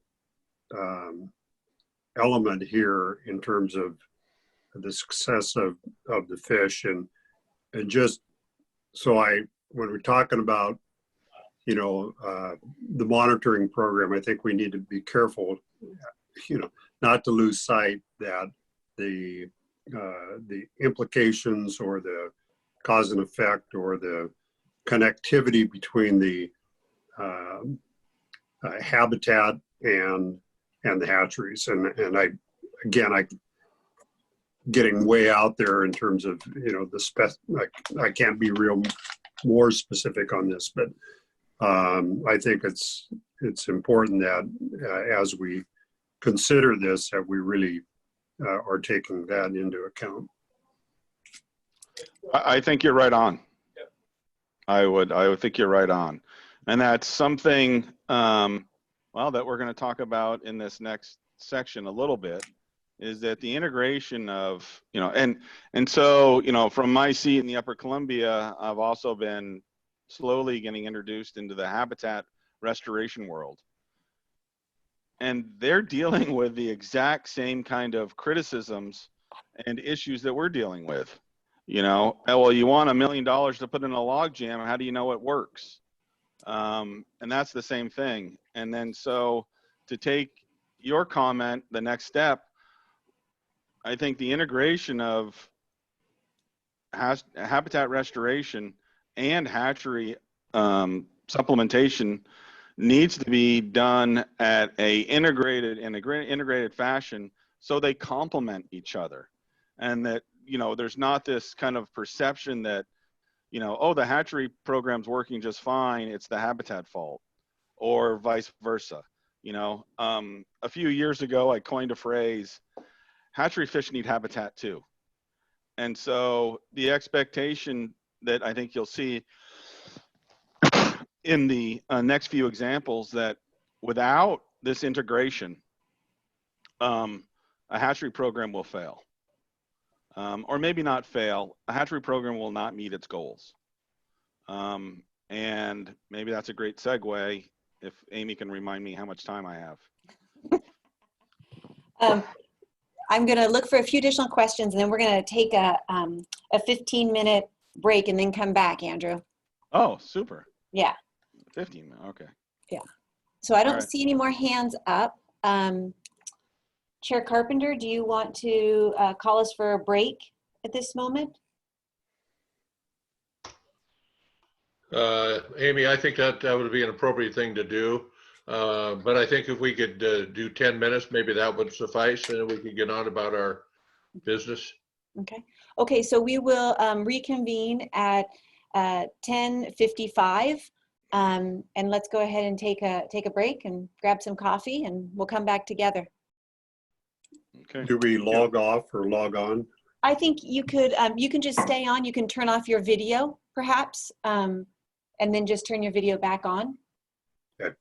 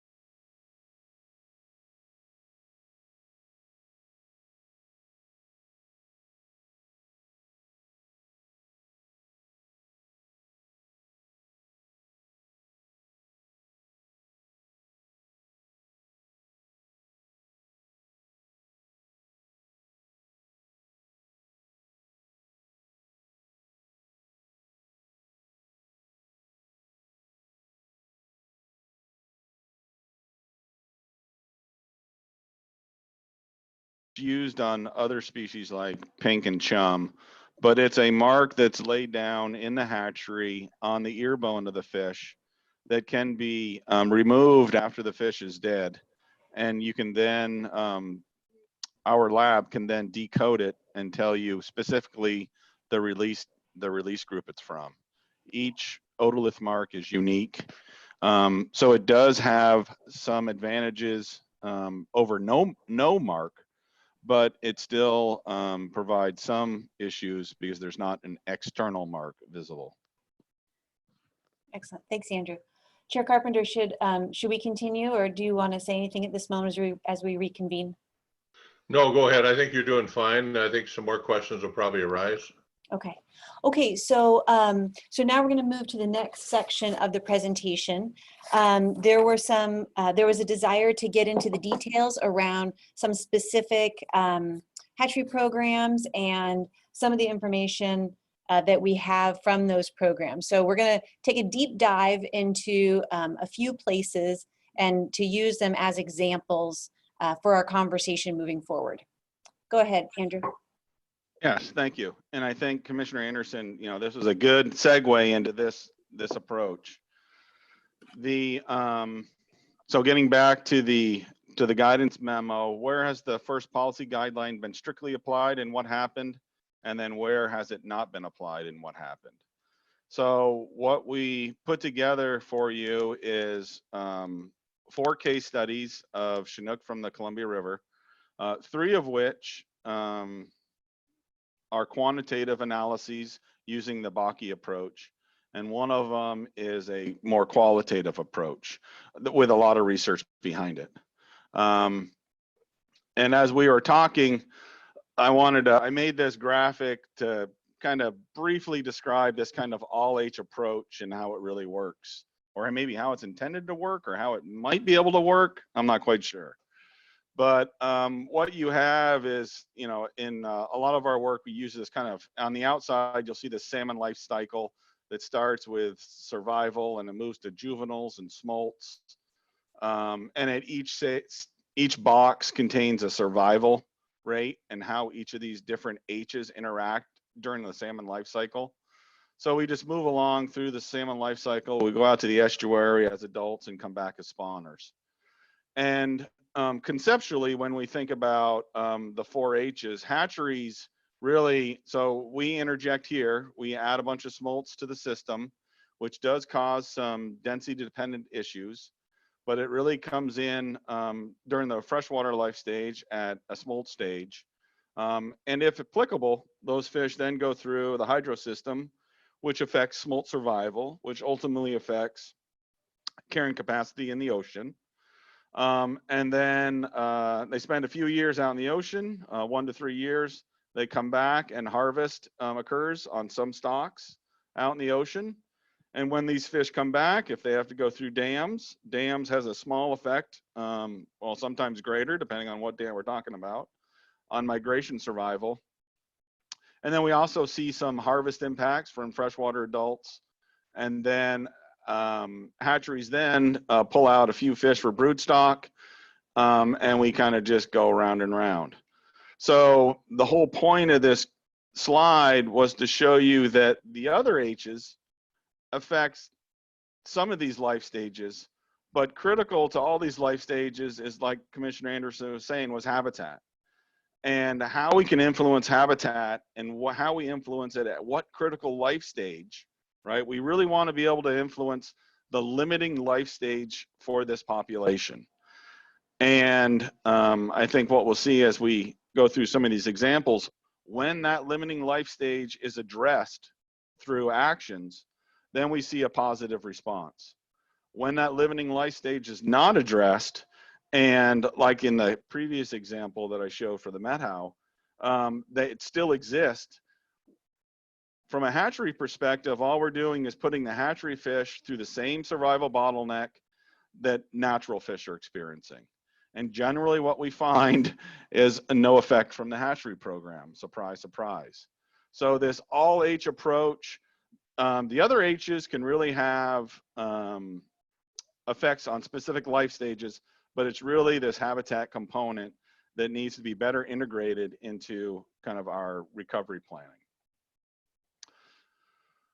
So the case studies we're going to talk about, here's this nice little table, is Snake River Fall Chinook, Chihuahua Spring Chinook, Tucannon Spring Chinook, and Yakima Spring Chinook. And this chart is supposed to kind of give you a kind of high level comparison of how these populations are integrated. And this is a subjective category. And I think it'll be clear to you how I came up with these. The average PHOS rates for the program. So Snake River Fall Chinook has the highest PHOS, where the Spring Chinook programs generally fall around 0.5. The proportion of natural origin broodstock is also very low for Snake River Spring Chinook, but it's very high for Yakima Spring Chinook. And the Chihuahua and Tucannon populations, which are listed, fall somewhere in between. And at the end is the PNI, which is just the average PNI of these two values. We see it low for Snake River Fall Chinook, high for Yakima Springers, and Tucannon and Spring Chinook are kind of in the middle. Now, the all H designations really is to what degree, what I used is to what degree have the other H's played a role in the current status of this population, either intentional or unintentional. And so, and at the end, you can see that we have 3, if we can get through all these, we have 3 that we've done a Bakke analysis on. However, the Snake River Fall Chinook is more of a qualitative analysis of that stock. So I had twice as many slides, so we can really dive deep in the details. But I was forced to cut them back. Hey, Andrew, before you move off that slide, can you just remind the commissioners that low PNI, what generally it means, and high PNI, generally what it means? Yeah, low PNI means that the population is more influenced by the hatchery program, and high PNI means the population is more driven through natural origin influence. And generally what we're trying to do for conservation program is hit this magical 0.67, 0.66 mark. And for the spring Chinook programs, we've come there close. And you do that through a combination of PNOB and PHOS, like we talked about earlier. So, so for each of these programs, you're going to have to get a little bit of background, and I'll try to make it painful. But so the first thing we're talking about, where has the guidelines been applied most stringently, and what has happened? Strangely, where they have been most stringently applied in Washington State is not in a DFW operated program, but in a Yakima Nation program in which DFW is a cooperator. And this is the Upper Yakima Spring Chinook Clallam Supplementation and Research Facility. It's a very a relatively new program that has undergone a lot of research. It has a few acclimation ponds on the Yakima. One of the key things about this population is almost all the fish just spawn in the main stem Yakima itself. Whereas in the Wenatchee, most of our fish spawn in tributaries and like in the Methow. But in the Yakima, it's mostly from, I think, what is it? Easton Dam down to Clallam is most of the spawning. So it's all main stem spawners. Now, one of the very unique things that needs to be understood about the Yakima is that it is a completely artificially managed hydrograph. And over the years, the management of the hydrograph has been tweaked to benefit fish production. And so for an example, I pulled up the 2015 drought year and compared it to the Upper Wenatchee, which is a natural hydrograph, compared to a managed hydrograph. And these three arrows indicate really important life stages for spring Chinook. And the first one being, you can see in the Wenatchee, you get this big spike during smallmouth migration. Because of the management in the Upper Yakima, a lot of that water is retained. They do have a small spike early, but once they start filling reservoirs, that spike goes away. So this is red because the lack of a spring freshet to move smolts through the tributary most likely has a negative impact on their survival. Conversely, as we go through the life stage and we get into this summer rearing period, so the summer rearing period often thought to be a limiting factor for a lot of spring Chinook populations. But you can see in the Yakima, flows in the Yakima are extremely high and stable throughout the summer rearing period. Whereas at least in this drought year and in other typical years, maybe not to this extent, the flow in the Wenatchee drops precipitously and also temperature increases as well.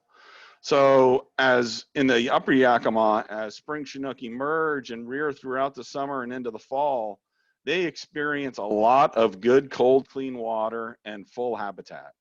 If you've been fishing in the summer down there, it's bank to bank all year long. Now, as we approach, and so when spring Chinook adults return, they also experience really high bank to bank water with good cold water, and they have much higher pre-spawn survival than Wenatchee spring Chinook salmon. So while it's artificial and kind of unintentional, this artificial hydrograph really does benefit both juvenile survival and adult survival. As we approach spawning, and the Yakima spawns a little later, the hydrograph decreases, and over time, the operators, in consultation with co-managers, have kind of tapered. It used to happen all in one day. And then we had stranding, and reds were stranded, and fish were stranded. So now they do this slow drop. And so they right before spawning, and then so during spawning, fish have this really nice, stable, elevated spawning condition. They maintain flows to maximize spawner effectiveness. Whereas in a natural system, you know, you're subject to whatever happens. Now, there is still some spikes on this graph, and these are typically attributed to the Teanaway River in the Yakima, which is a small, unmanaged natural stream. But the Teanaway River also inputs generally downstream from all the spawning. So the take-home message is the Yakima is a very unique example within the state of Washington. It is a completely managed hydrograph for irrigation, but it also has some really important benefits for fish survival. Now the program started, so here's a graph that you'll see, one of these graphs or each of these examples. We had it's an unlisted population.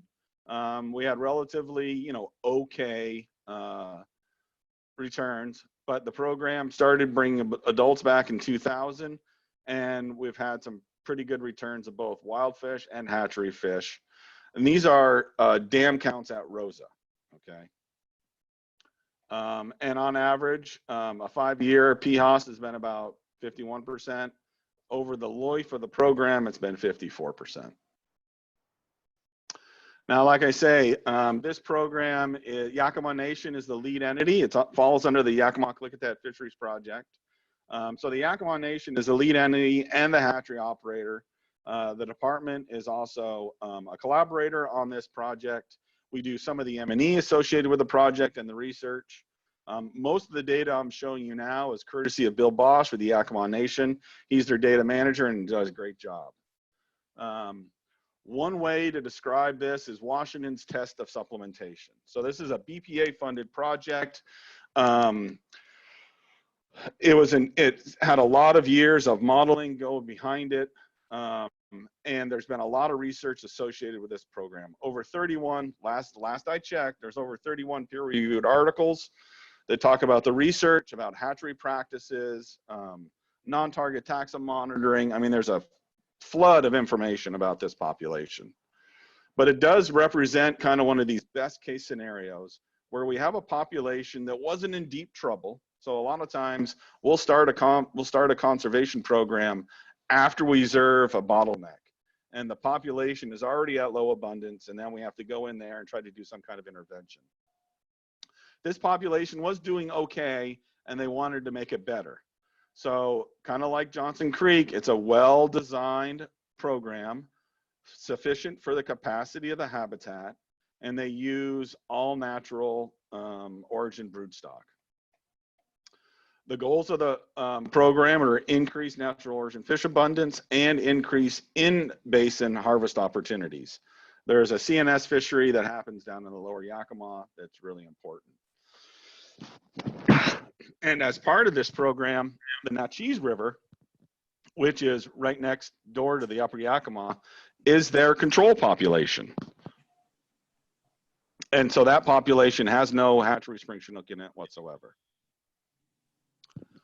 The program does strictly follow best management practices according to the HSRG. We had years of planning and modeling, and it has a release goal of about 110,000 fish. So it's a relatively robust, for a spring chinook program, it's pretty big. And it has 3 acclimation sites, 2 on the main stem and 1 on a tributary. And like I said, 100% natural origin broodstock. They also have what's called a hatchery line. So because this is a research facility, they actually have some returning hatchery fish are not allowed to spawn naturally. And for research purposes, they just recycle those fish through the hatchery to try to evaluate the effects of domestication. But like I say, there's 31 papers on this thing. And we're also working with the Yakimas on a multi-generational reproductive success study. So the lead researcher down there, Dr. Dave Fast, and all these other folks published a paper a few years ago looking at the effectiveness of this program in relation to their program goals. And they looked at red abundance, which is a surrogate for spawner abundance, natural ore abundance, and in-basin harvest rates. So these are the 3 metrics they evaluated using the Bakke design to find out whether or not their program is meeting their goals. And so what they found was they did find a significant increase in abundance relative to the Natchez River. So if you look down here, as a result of this hatchery program during the after period time, they had a 126% increase in the Yakima compared to a 52% increase in the Natchez. So that was statistically different. A good positive result. When they tried to look at Nor abundance, although there was a 9% increase in the Yakima and at the same time a 9% decrease in the Natchez, that was not statistically significant. But they did not incorporate the next metric, which is harvest. And so, and what you'll see is there's a lot of these fish that were harvested before they got to the spawning grounds. But needless to say, while not significant, we did see an increase in natural origin fish abundance relative to the control population. And they also found a significant increase in harvest. So harvest was not included in the prior analysis because a lot of this harvest happens as a mixed fishery downstream of the mouth of the Natchez. So I don't think there was ability to separate natural origin fish harvested by the tribe into a Yakima or Natchez group. So it was not included in the previous analysis. But what we can see is that in the pre-treatment period or the before period, the tribe was harvesting about 435 natural origin fish, and there was no sport harvest. In the post period, the tribe's been harboring a combination of natural and hatchery origin fish of about 1,223 per year, and we now have a sport fishery with an average harvest about 529. So they did meet this goal about increasing harvest rates. So Andrew, let's pause here just for a minute, because I think after this you go to the Snake River. Yeah. And let's see if there's any questions about this example and how this example informs our overall understanding of hatchery reform. Just pause for a second.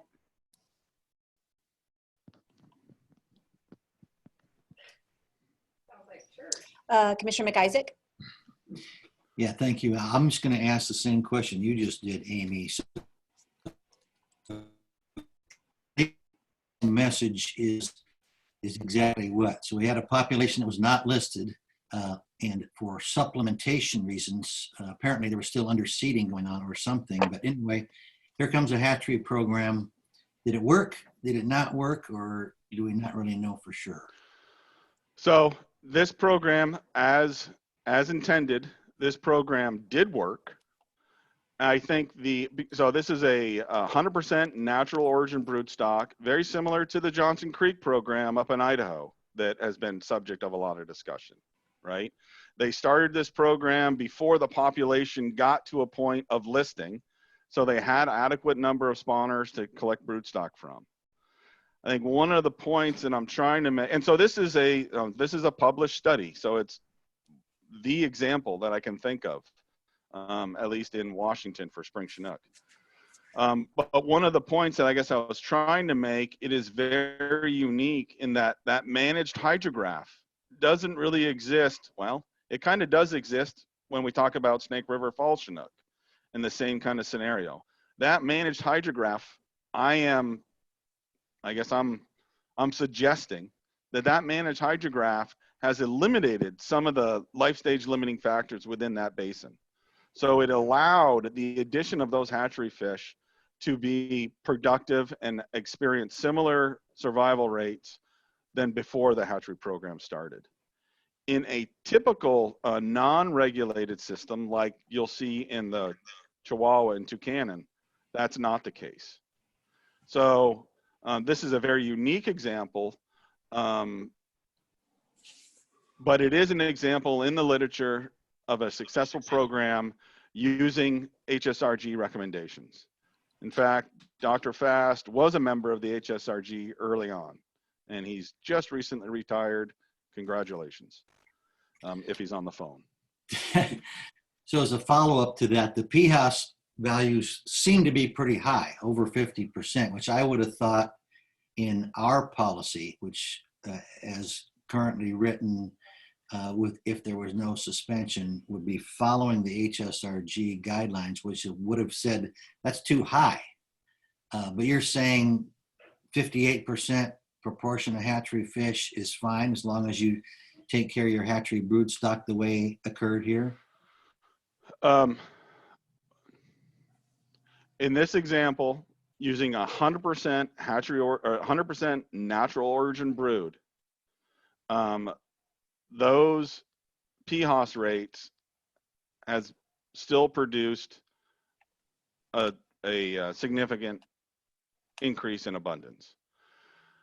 Now, this is also the other caveat that we'll talk about at the end. This is also a relatively recent program, okay?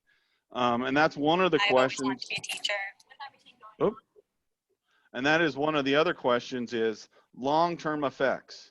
So this program started, fish started showing up on the spawning grounds really in earnest in 2000. But some of these other examples, we've had fish 2 generations longer.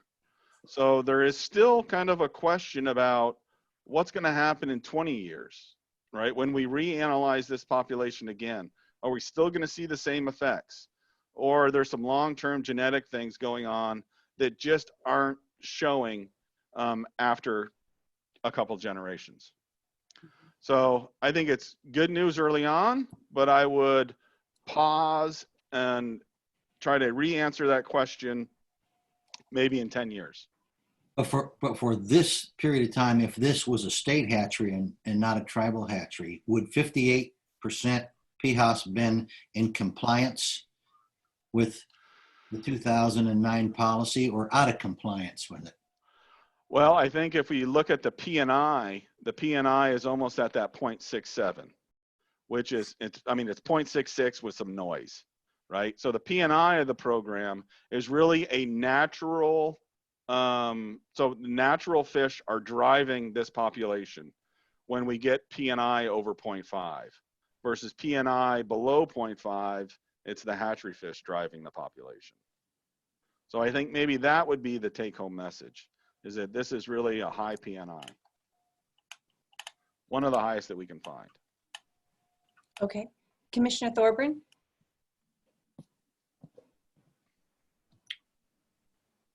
Oh, hold on. There we go. Commissioner Thorburn? You are unmuted. Whoops. Hold on. Okay, go ahead. So can you hear me? Yeah. Yeah. Can you hear me? Yes. Okay. I think, Andrew, that you alluded to this in the first part of your response to Commissioner McIsaac, but since there is this basically habitat issue of the managed waterway that it provides for the optimal spawning period, how do we separate out habitat effects from the hatchery effects in the benefits of this, the positive responses of this population? Yeah, that is a good question. So, and that's an ongoing issue with a lot of the work that we do, and we refer to it as multiple treatment effects. So the habitat effect in the Yakima existed before the hatchery program was there. So one can conclude that the treatment effect is still just the habitat effect, or excuse me, is still just the hatchery program. I think the point that I'm suggesting, and again, I'm suggesting this, is that the conditions that are unique in the upper Yakima, they don't, because of those conditions, they don't experience life stage limiting factors like non-regulated systems do, right? So when we don't have summer rearing par or adult pre-spawn survival being limiting factors, like we, to a lesser extent, is probably occurring in the Yakima, when we add additional hatchery fish, those fish benefit similarly as the natural fish. I guess maybe that's what maybe I haven't made that point very clear. that here's a case where we may not have as many limiting factors. Now, because they don't have a big spring freshet, that could be one of their limiting factors that prevents additional natural fish from being realized. But clearly, I think the benefit of those of that regulated system, with some fine tuning by co-managers, by the way, it wasn't always like that, has been able to produce these results. Okay, Andrew, we're going to move to the next example, but you only have 6 minutes for the next example. We're a little bit over.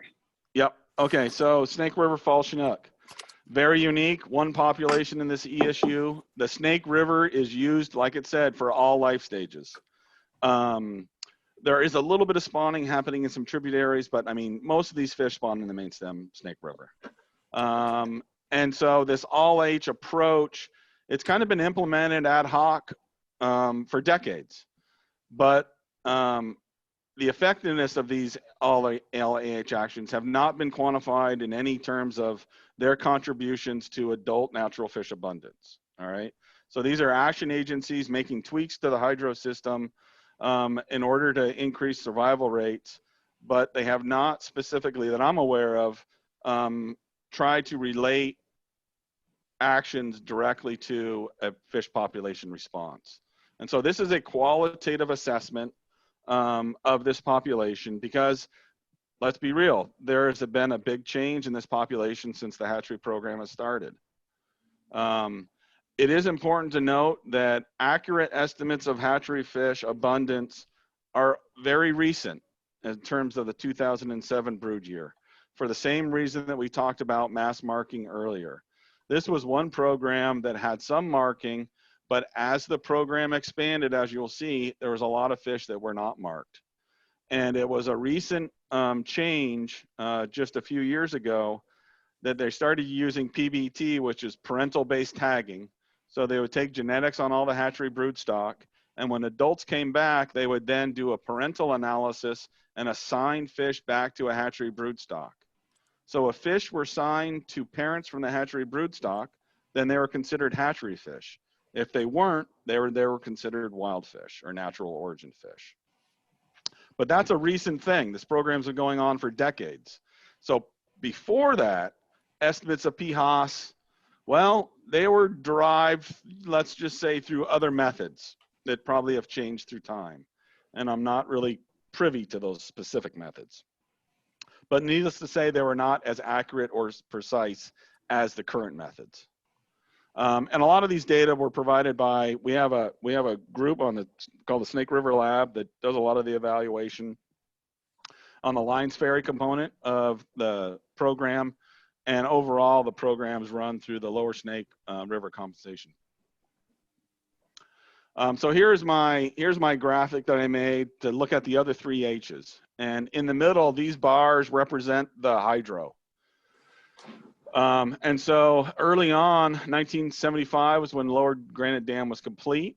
And these green parts up here, these are kind of habitat actions. And these are kind of harvest actions. So here's the other three H's I'm trying to describe. And the first habitat action is once Lower Granite Dam was done, it created the pool and it changed a lot of habitat. But early on in the Snake River and in the Lower Columbia, they started to experiment with these juvenile fish bypasses, which are a structural change to the dam to try to bypass fish around the turbines. And these devices were being installed on Lower Snake and Lower Columbia dams all the way up to about 2010, where you have this solid green line. And that's the period in time in which all Snake River and Lower Columbia dams had operational juvenile bypasses, right? So they were getting the full benefit of this juvenile bypass. At the same time, they were trying to do increased smolt survival by barging fish around the dams, right? And so there's been a lot of discussion and questions about, are these really good or bad? They still weren't helping enough. So then they started in 2005 a summer spill program specifically target at Snake River Fall Chinook.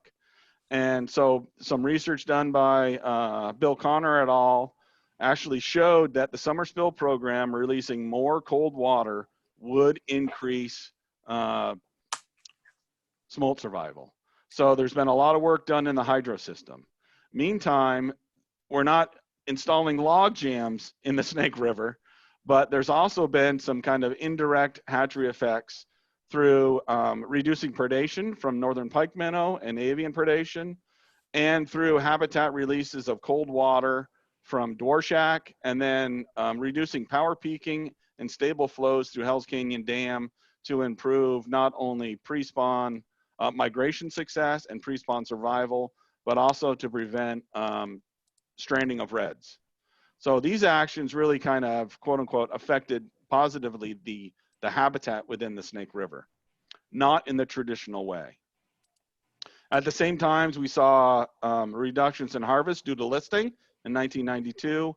And then through a sequence of other actions, we've seen more protection for natural origin Snake River fall Chinook through the Pacific Salmon Treaty, the Steelhead, and mark selective fisheries. So the point of this slide was that we got a lot of H's going on here in addition to a hatchery program. I tried to look up a number, and it's between $3 and $17 billion is represented on this graph. Here's a slide that you're familiar with, I think. We started with an egg bank program, and then we slowly moved, really struggled, and we started seeing this dramatic increase.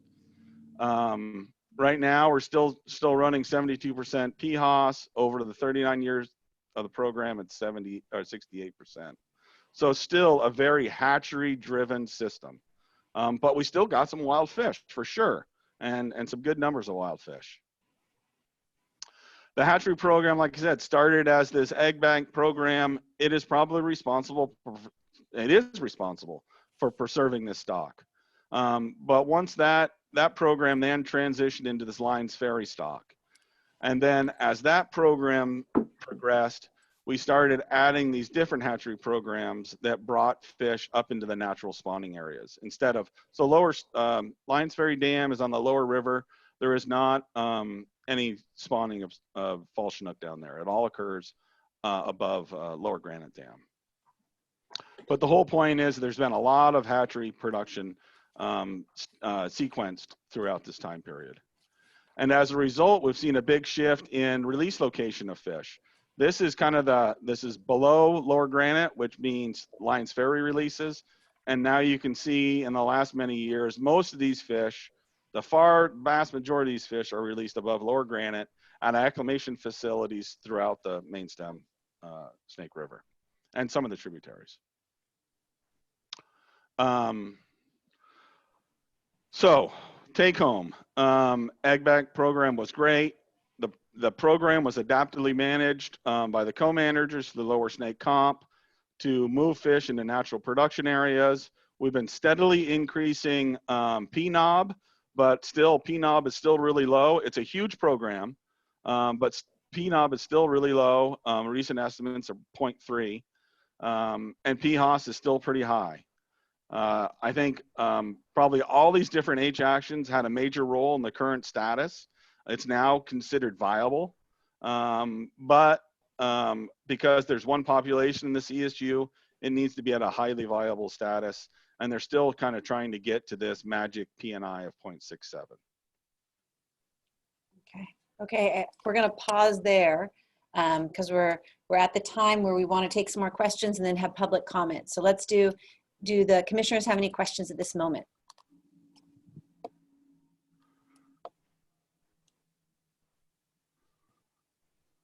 Okay, I'm not seeing any. Okay, so Andrew, thank you so much. One of the things I really appreciate about your presentation is that it both is able to speak across these different disciplines of habitat and hydro and the various H's and give us some really excellent analysis just on the hatchery side. So thank you for all of that and for the work. So let's, I'm going to turn it over to Hey, Tess. Amy, can I just make one final please. comment? So sorry I took so long. The other two presentations that I was going to go through were analysis that we conducted on two of our programs. And for the Chihuahua and Tucanon programs, when we conducted the Bakke analysis, we found no significant increase. And in part because really at least it is my opinion, that the all age integration was far of less magnitude and effect than these previous two studies. In the Chihuahua program, there is essentially no work planned for the Chihuahua River. It's deemed pristine.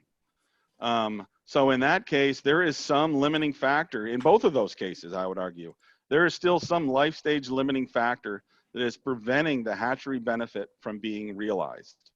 But in these two cases, I think we saw they're very unique. And there's some common things about, you know, controlling flow and making artificial habitat. But in the other two cases where they're natural hydrographs, we are just not seeing that. And that is the same result that they found in the Idaho supplementation studies, is that when you don't integrate habitat with hatcheries, you're pretty much going to get a status quo situation. And with that, I thank you very much for your time. All right. Thank you, Andrew. Okay, I'm going to ask for Melissa and Tess to help us through this next section. Sure. So we now have time for public comment. And this means that if you've joined the meeting by phone, if you want to raise your hand for public comment, you're going to go ahead and press *9 on your phone, and that will raise your hand. If you've joined via your computer, there's a black dash bar down at the bottom where you should see a raise the hand feature. So if you have something you want to say, click on that icon, and then as soon as we see hands going up, we will move through them one at a time. And it looks like our first person with their hand up is Alan Chapman. Okay, my experience is mostly in the Puget Sound area, and the examples discussed here seem to relate mostly to the complicated Columbia system. My understanding of the HSRG was that it was to set specific measurable goals for the hatchery activities, which can include harvest, supplementation, or recovery. In Puget Sound, much of the habitat has been lost through legacy activities, and one questions the value of trying to recover, I guess. And I guess the question is, when do you just focus on what I understand the basic point of the HSRG is just make sure that if you say you're going to do something, do it. And then that implies that you have agreed goals. And I wonder how well some of the goals are agreed amongst all of the constituencies. So I guess the question is, it seems like there's an overemphasis on these PNI, PNOB, PHOS, and all that stuff, rather than the results that come out. And I guess I have a stronger interest in the harvest aspect, and that means a sustainable harvest where your hatchery activities are producing harvests that warrant the expense of the hatcheries.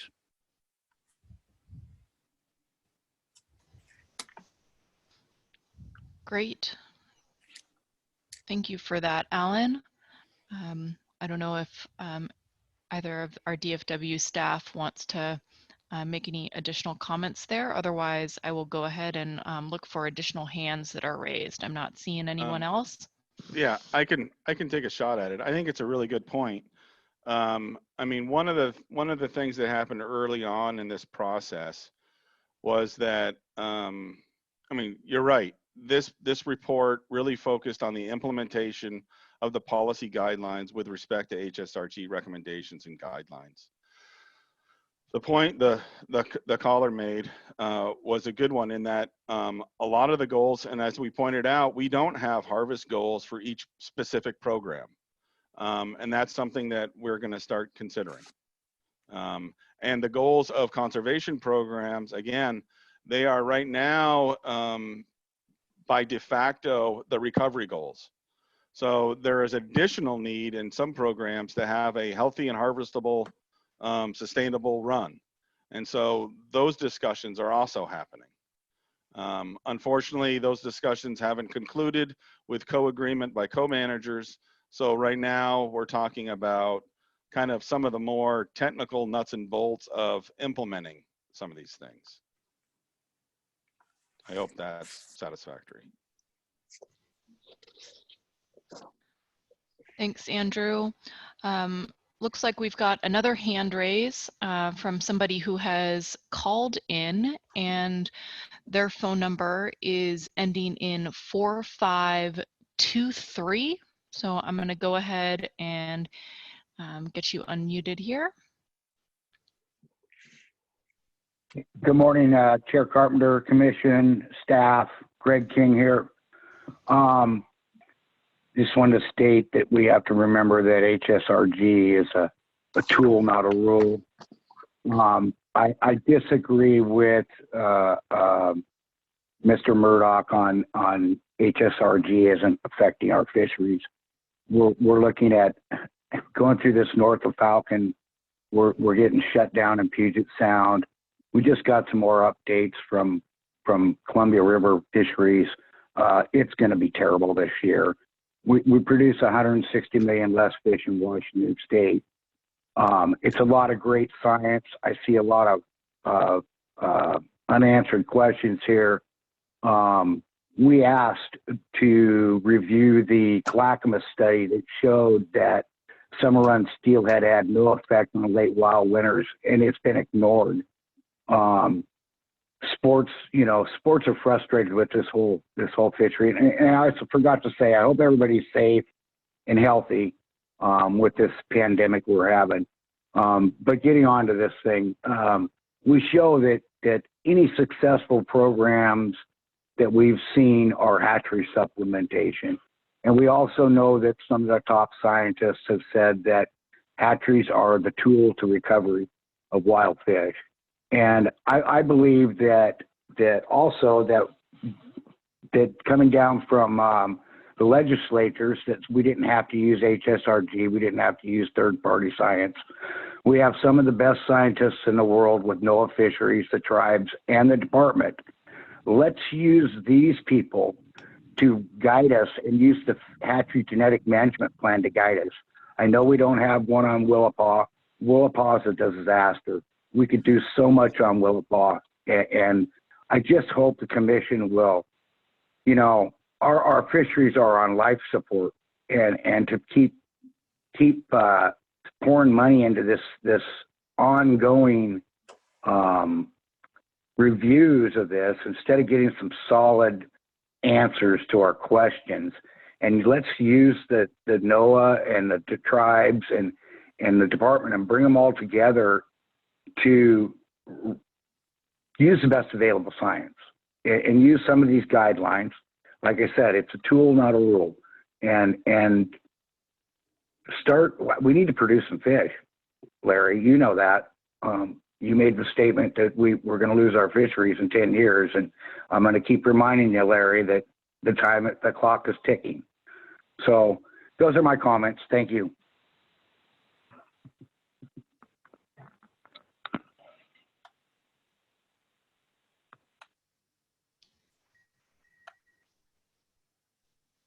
Thanks, Greg.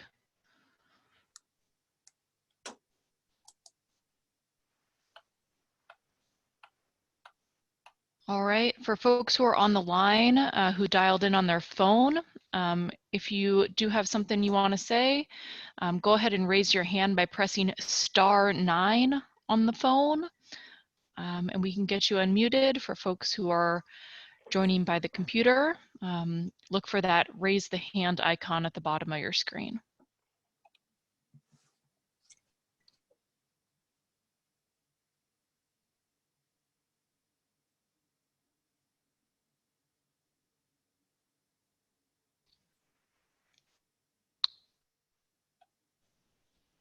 All right, I am not seeing any more hands from our attendees at this point.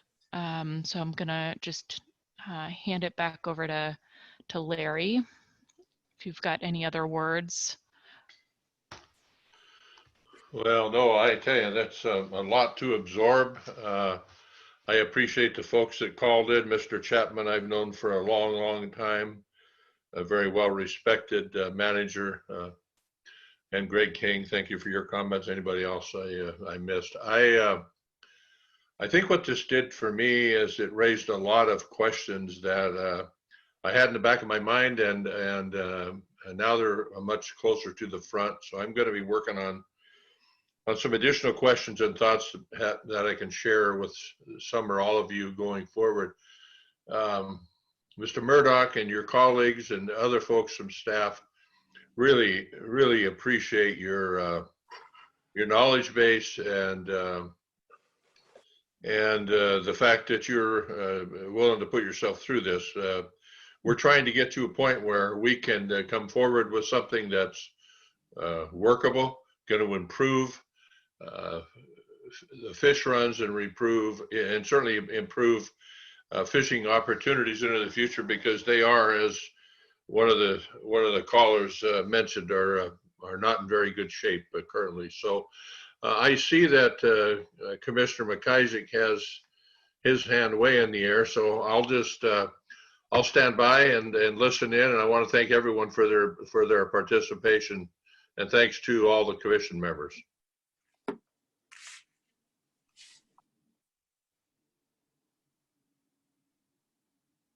Well, thank you, Larry. Can you hear me okay? Yes. Yeah. Yes, we can, Don. Okay, well, let me just follow up on the chairman's remarks about thanking the staff for this effort here.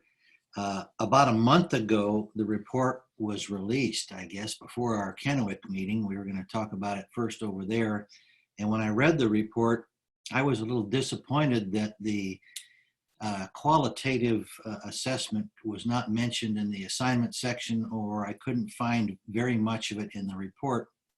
And but now I'm very happy to see in this slide presentation a lot of excellent thinking that gets to some of these fundamental questions that Amy's been talking about that we're going to have to wrestle with. So there's sure been a lot of work on this, very obviously. A lot of analysis on implementation matters. That's a difficult thing to try to get quantitatively, but I think we have a good feel about the spread of implementation things that have happened over the course of the past 10 years. And I'm very happy to see a little venturing into the area of whether or not the policy has performed as hoped 10 years ago, or maybe not performed as hoped 10 years ago, or we simply can't tell. And there's also some very good thinking here in terms of to try to make that better. I know Commissioner Thorburn talked about something that's enables a not real expensive but informative ongoing monitoring. I'd like to hear more about the thinking on a little bit more about that. But all in all, that first draft was one where if you can, we saw here today, and that as you move that towards some stage of finality, I think that will be a very useful tool as we move through the rest of the process. So just kind of echoing the thanks to that was offered here by the chairman, and appreciate it very much.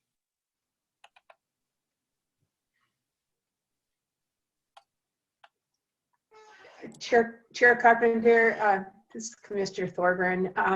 If I could just make a comment, I really appreciated we've had quite a few attendees sitting all the way through this, and a couple who've made really good comments. The instruction for those who are on the video is to look at the band at the bottom of your screen for the hand raise. And that isn't how it works for me. I actually have to go into the participants, hit that icon, and then open that, and the hand raise is at the bottom of that. So I'm just hoping that perhaps, or I'm wondering if maybe some of the attendees on video haven't found the hand raise and haven't had an opportunity. So I just wanted to explain that and wait for just a little bit longer to see if there are any other attendees who have a comment. Commissioner Thorburn, that's a great comment. Actually, my screen works, I believe, as does yours, where the hand raise and mute is at the bottom of the right side of the screen. But yeah, that's a great point. Anybody else have any other commissioners' thoughts, comments as it relates to what Commissioner Thorburn stated? And just a note that the attendee view and panelist view are definitely different. If folks are having trouble finding the raise the hand feature, you can plug something into the question and answer and we can help troubleshoot there. But attendees kind of come in just as more of a listen-in type place, and so they actually can't see everybody else in quite the same way that the panelists can. So I know this is new for everybody, so we are here to learn together, and I do think it's important to do a pregnant pause just to make sure we aren't missing any last thoughts. Again, that's *9 for those callers that came in on the phone. And I'm also seeing that we do have a Q&A that came in written. Shall I go ahead and read it? Yeah, I see that as well. Go ahead. When are we going to realize that recovery of natural stocks to the point that they will be successful and ensure goals that will support fisheries in a cost-effective manner and that will focus natural habitat actions on protection of or improvement of natural ecological processes to meet cultural, social needs in the face of the development activities that tend to destroy the natural ecological processes?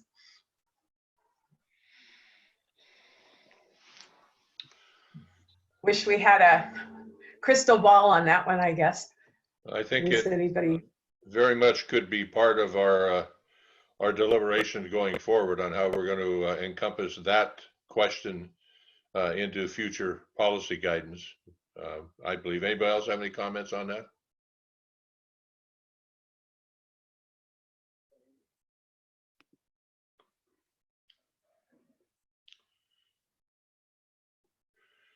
Anyone have anything else to add before we stand down for the day?